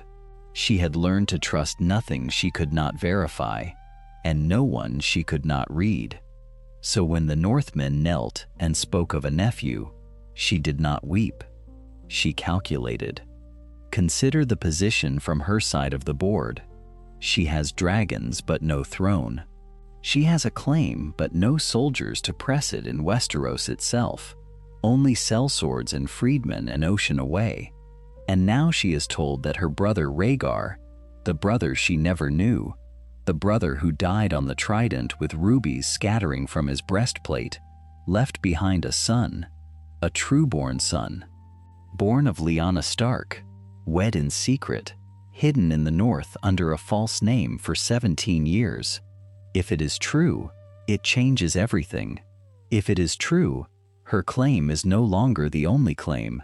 If it is true, she is not the last dragon. She is one of two.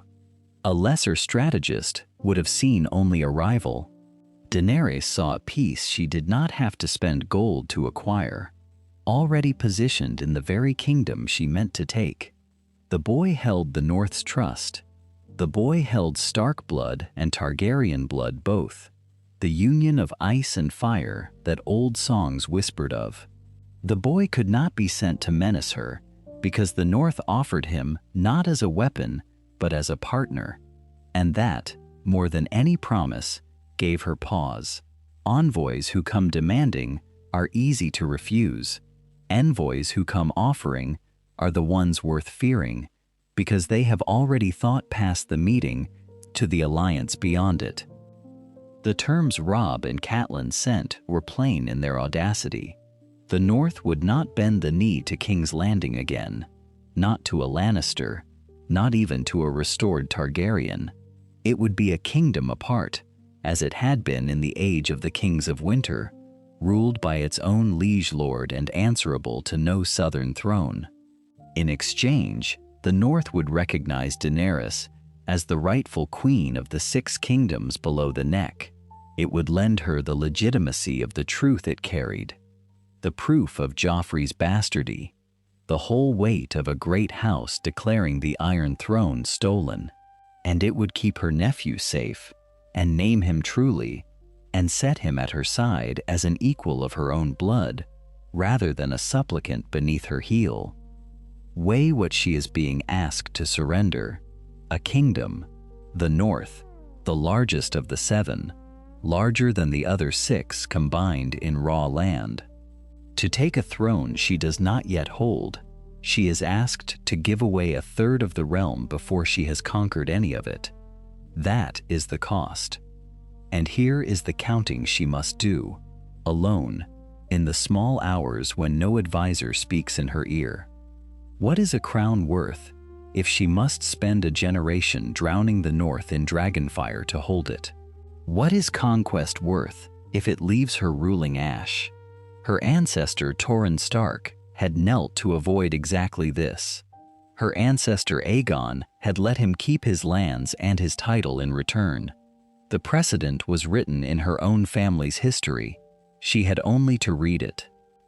Jon does not come to her as a beggar. This is the detail that shifts the negotiation from ceremony into something real, because Jon has known his blood since he was a boy, since a father who loved him chose honesty over the comfort of a lie. He carries no hunger to be told who he is. He does not need her to name him. He knows his name already. He meets his aunt not across the distance of servant and sovereign, but across the narrow, level space between 2 people of the same house, each aware of exactly what the other holds. He does not want her throne. He says so, and because he has never wanted it, she believes him. A man who covets nothing is the only man whose word can be trusted. And Daenerys, who has been betrayed by every man who wanted something from her, recognizes the rarity of one who wants only to go home and defend it. So the partnership forms, not friendship, not yet, something colder and more durable than friendship. An alliance built on aligned interests and mutual proof. 2 powers who need each other precisely because neither trusts the other enough to conquer alone. She will sail west with the strength her dragons and her freedmen provide. The North will rise in the same season, and the truth of Joffrey's birth will spread before her ships make landfall, unmaking the Lannister king in the minds of his own bannermen before a single dragon crosses the coast. The Lannisters, who thought their only enemy was a boy king in the North, would soon find 2 armies moving toward them from opposite ends of the world, joined by a secret that had waited 17 years to be spoken aloud. And in the east, over a table of her own, Daenerys traced the coastline of Westeros with one finger and began, at last, to plan the crossing. What if the fall of a great house came not from a single crushing blow, but from the slow arithmetic of subtraction. One lord withdrawing his levies, then another, then a dozen, quietly, in the space of a season, each convincing himself he was the first to see the ending and therefore clever for leaving early. This is how the Lannisters fall. Not in fire, though fire waits at the gates. Not in slaughter, though blood will be spilled. They fall the way a bridge fails, one stone loosening the next, until the weight it once carried becomes the weight that pulls it down. The truth arrives before the armies do. That is the crucial thing, the thing Cersei never understood about the game she believed she mastered. A dragon can burn a city, but a whisper can burn a claim. And by the time Daenerys' ships were sighted off the southern shore, the whisper had already done its work in every hall from the Reach to the Vale. Joffrey Baratheon is not a Baratheon. The words moved along the roads like water finding the lowest ground. They moved through the mouths of servants and the ledgers of maesters and the careful, deniable conversations of men who needed a reason to abandon a losing side and now had one dressed in the clothing of righteous principle. Consider the position of the Tyrells. Mace Tyrell had pledged his granddaughter to the Iron Throne, had married Marjorie into the promise of a queenship, had spent the wealth of Highgarden feeding a starving capital in exchange for proximity to a crown. And now the crown was revealed to be counterfeit. The boy his granddaughter would wed was no king at all, but the product of a sister and brother behind locked doors. And every rose in Highgarden understood in the same moment that they had staked their house's fortune on a lie. What does a merchant house do when the coin it holds is discovered to be false? It does not double the wager. It cuts the loss and turns the ship. Olenna Tyrell, who had never believed in Joffrey any more than she believed in fair weather, needed only the barest excuse to withdraw. The truth gave her that excuse, and she took it with the quiet efficiency of a woman who had planned 3 exits before she ever entered the room. So the alliance fractured from within, exactly where it had always been weakest, at the seam between 2 houses that trusted each other only as long as the profit held. Cersei watched her coalition thin. She sat in the Red Keep and counted the banners that no longer answered her summons, and each absence was a small subtraction, and the subtractions accumulated into a sum she could not solve. She had believed the North was her only true enemy, a boy king raising rebellion in the cold. She had prepared for that war. She had not prepared for 2. From the North came Robb Stark and Jon Snow at the head of an army that had grown with every mile of its march south, swelled by Riverlanders who remembered the old wrongs, and by lords who had done their own arithmetic and reached the North's answer. From the sea came Daenerys and her dragons, black shapes against a gray sky, and the sight of them alone unmade whatever courage remained in the defenders of King's Landing. Men who would gladly die on a wall for a true king found they had no wish to die on a wall for a lie. And a garrison that does not believe in its cause is not a garrison at all. It is a crowd waiting for permission to leave. The city fell with a strange, almost anticlimactic gentleness. There was fighting, yes, at the gates and along the walls, but it was brief and localized, the resistance of men who fought for their own lives rather than their queen's throne. The dragons did not need to burn the city to the ground, because the city had already surrendered in its heart before the first flame touched the ramparts.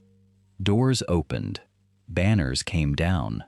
The gold cloaks, who had always understood that their true loyalty was to whoever would still be standing at day's end, made their calculations and stepped aside.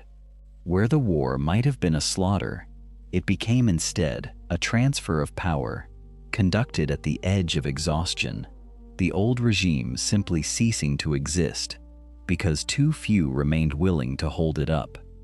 And in the ruined heart of it, amid the smoke and the fallen banners and the strange quiet that follows a battle that ended before it truly began, Jon Snow and Robb Stark stood together.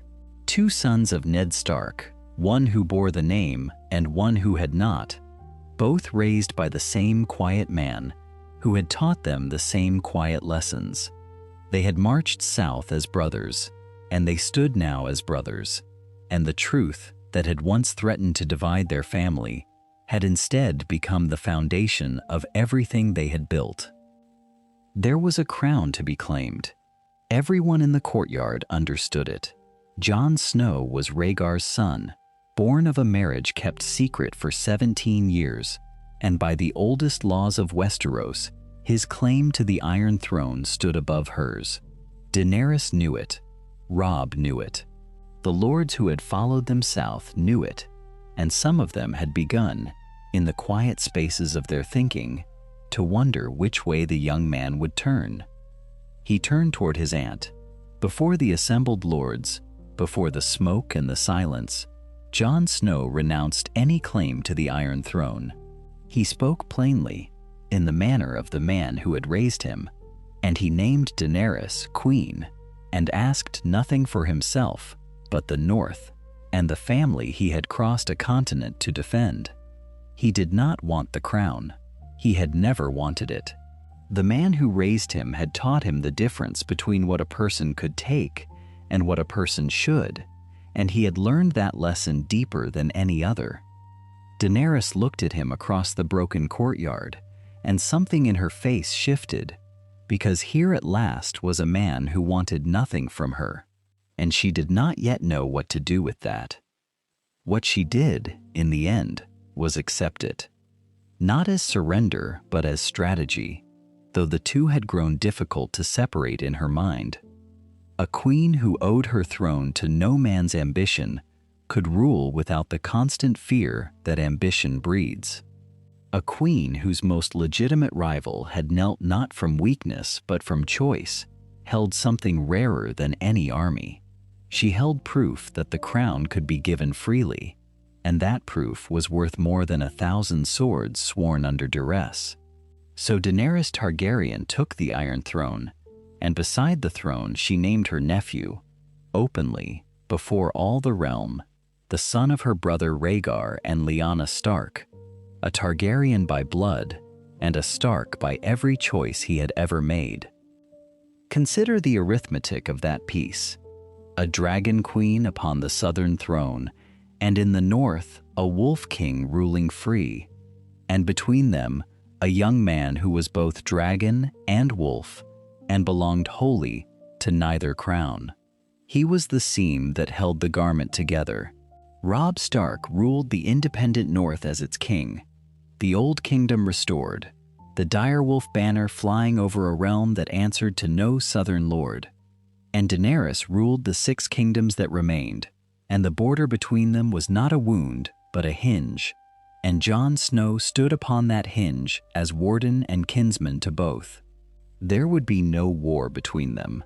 There could be no war between them, because the thing that most often drives kingdoms to blood is the question of legitimacy, and that question had been answered plainly, in daylight, with nothing hidden and nothing to unearth. This is the difference a single truth had made. Trace it backward through all the years. A secret is a debt, and debts compound. Every year a secret is kept. The cost of its discovery grows, until at last the reckoning arrives at the worst possible moment, in the worst possible hands. That was the fate the old lie had promised. A boy who learns too late what he is. A queen who learns of a rival too late to make him an ally. A realm torn apart not by the truth itself, but by the timing of its telling. All of that had been the shape of things to come, and all of that had been undone by a single conversation in a cold stone room 17 years before. Catelyn Stark understood this better than anyone living. She was old now, older than her years. her hair gone silver at the temples, her hands marked by the weight of everything she had carried. She stood in the crypts of Winterfell in the deep quiet of winter, and the torches threw their light across the stone faces of the dead. Her husband stood there in carved likeness, Eddard Stark, his sword across his knees, his features rendered stern and sorrowful by the mason's hand. Beside him, newer, freshly cut, stood the statue of Lyanna Stark, brought at last into the company of her own blood. Her secret, no longer a secret. Her son, no longer a stranger to his own history. Catelyn looked at the two of them and thought about a night long past. She thought about the man who had come to her chamber with a burden he could have carried alone, as he had intended to carry it alone, as honor and old vows had bound him to carry it alone. And she thought about the choice he had made instead. He had trusted her. That was the whole of it. When you stripped away the politics and the prophecies and the swords, he had trusted his wife with a truth that could have destroyed them, and in trusting her he had saved them all. Because a truth shared is a burden halved, and a burden halved is a burden survived. The years had proven it. Every year that passed without ruin was another proof. She had hated the boy once. She could admit that now, in the honesty of old age and the presence of the dead. She had looked at Jon Snow across 100 suppers and seen only the evidence of a betrayal that had never happened, and the hatred had curdled in her for a long time before the truth had drawn it out like poison from a wound. And when the poison was gone, what remained was something she had not expected. Not love, perhaps, not entirely, but peace. The peace of a woman who no longer had to guard herself against a shadow that had never been real. Above her, in the world of the living, the snow was falling over Winterfell. It fell soft and slow, gathering on the battlements, on the rooftops, on the shoulders of the guards who walked their patient rounds. And in the yard below, a man with dark hair and a quiet face stood watching it fall. And that man was Jon Snow, who might have been a king and had chosen instead to be a brother, a warden, a Stark. He had crowns enough offered to him to weigh a lesser man into the ground. He had turned from all of them. What he wanted was smaller and larger both.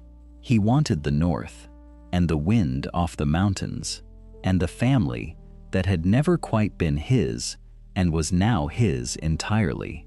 He wanted the life the lie would have stolen from him, and he had it, and he knew its worth precisely because he had come so near to losing it. This was the world that Ned Stark made, not with a sword, not with an army, not with any of the instruments that history usually records. He made it with words spoken in a crypt on a cold night, when honor told him to keep silent, and something deeper told him to speak.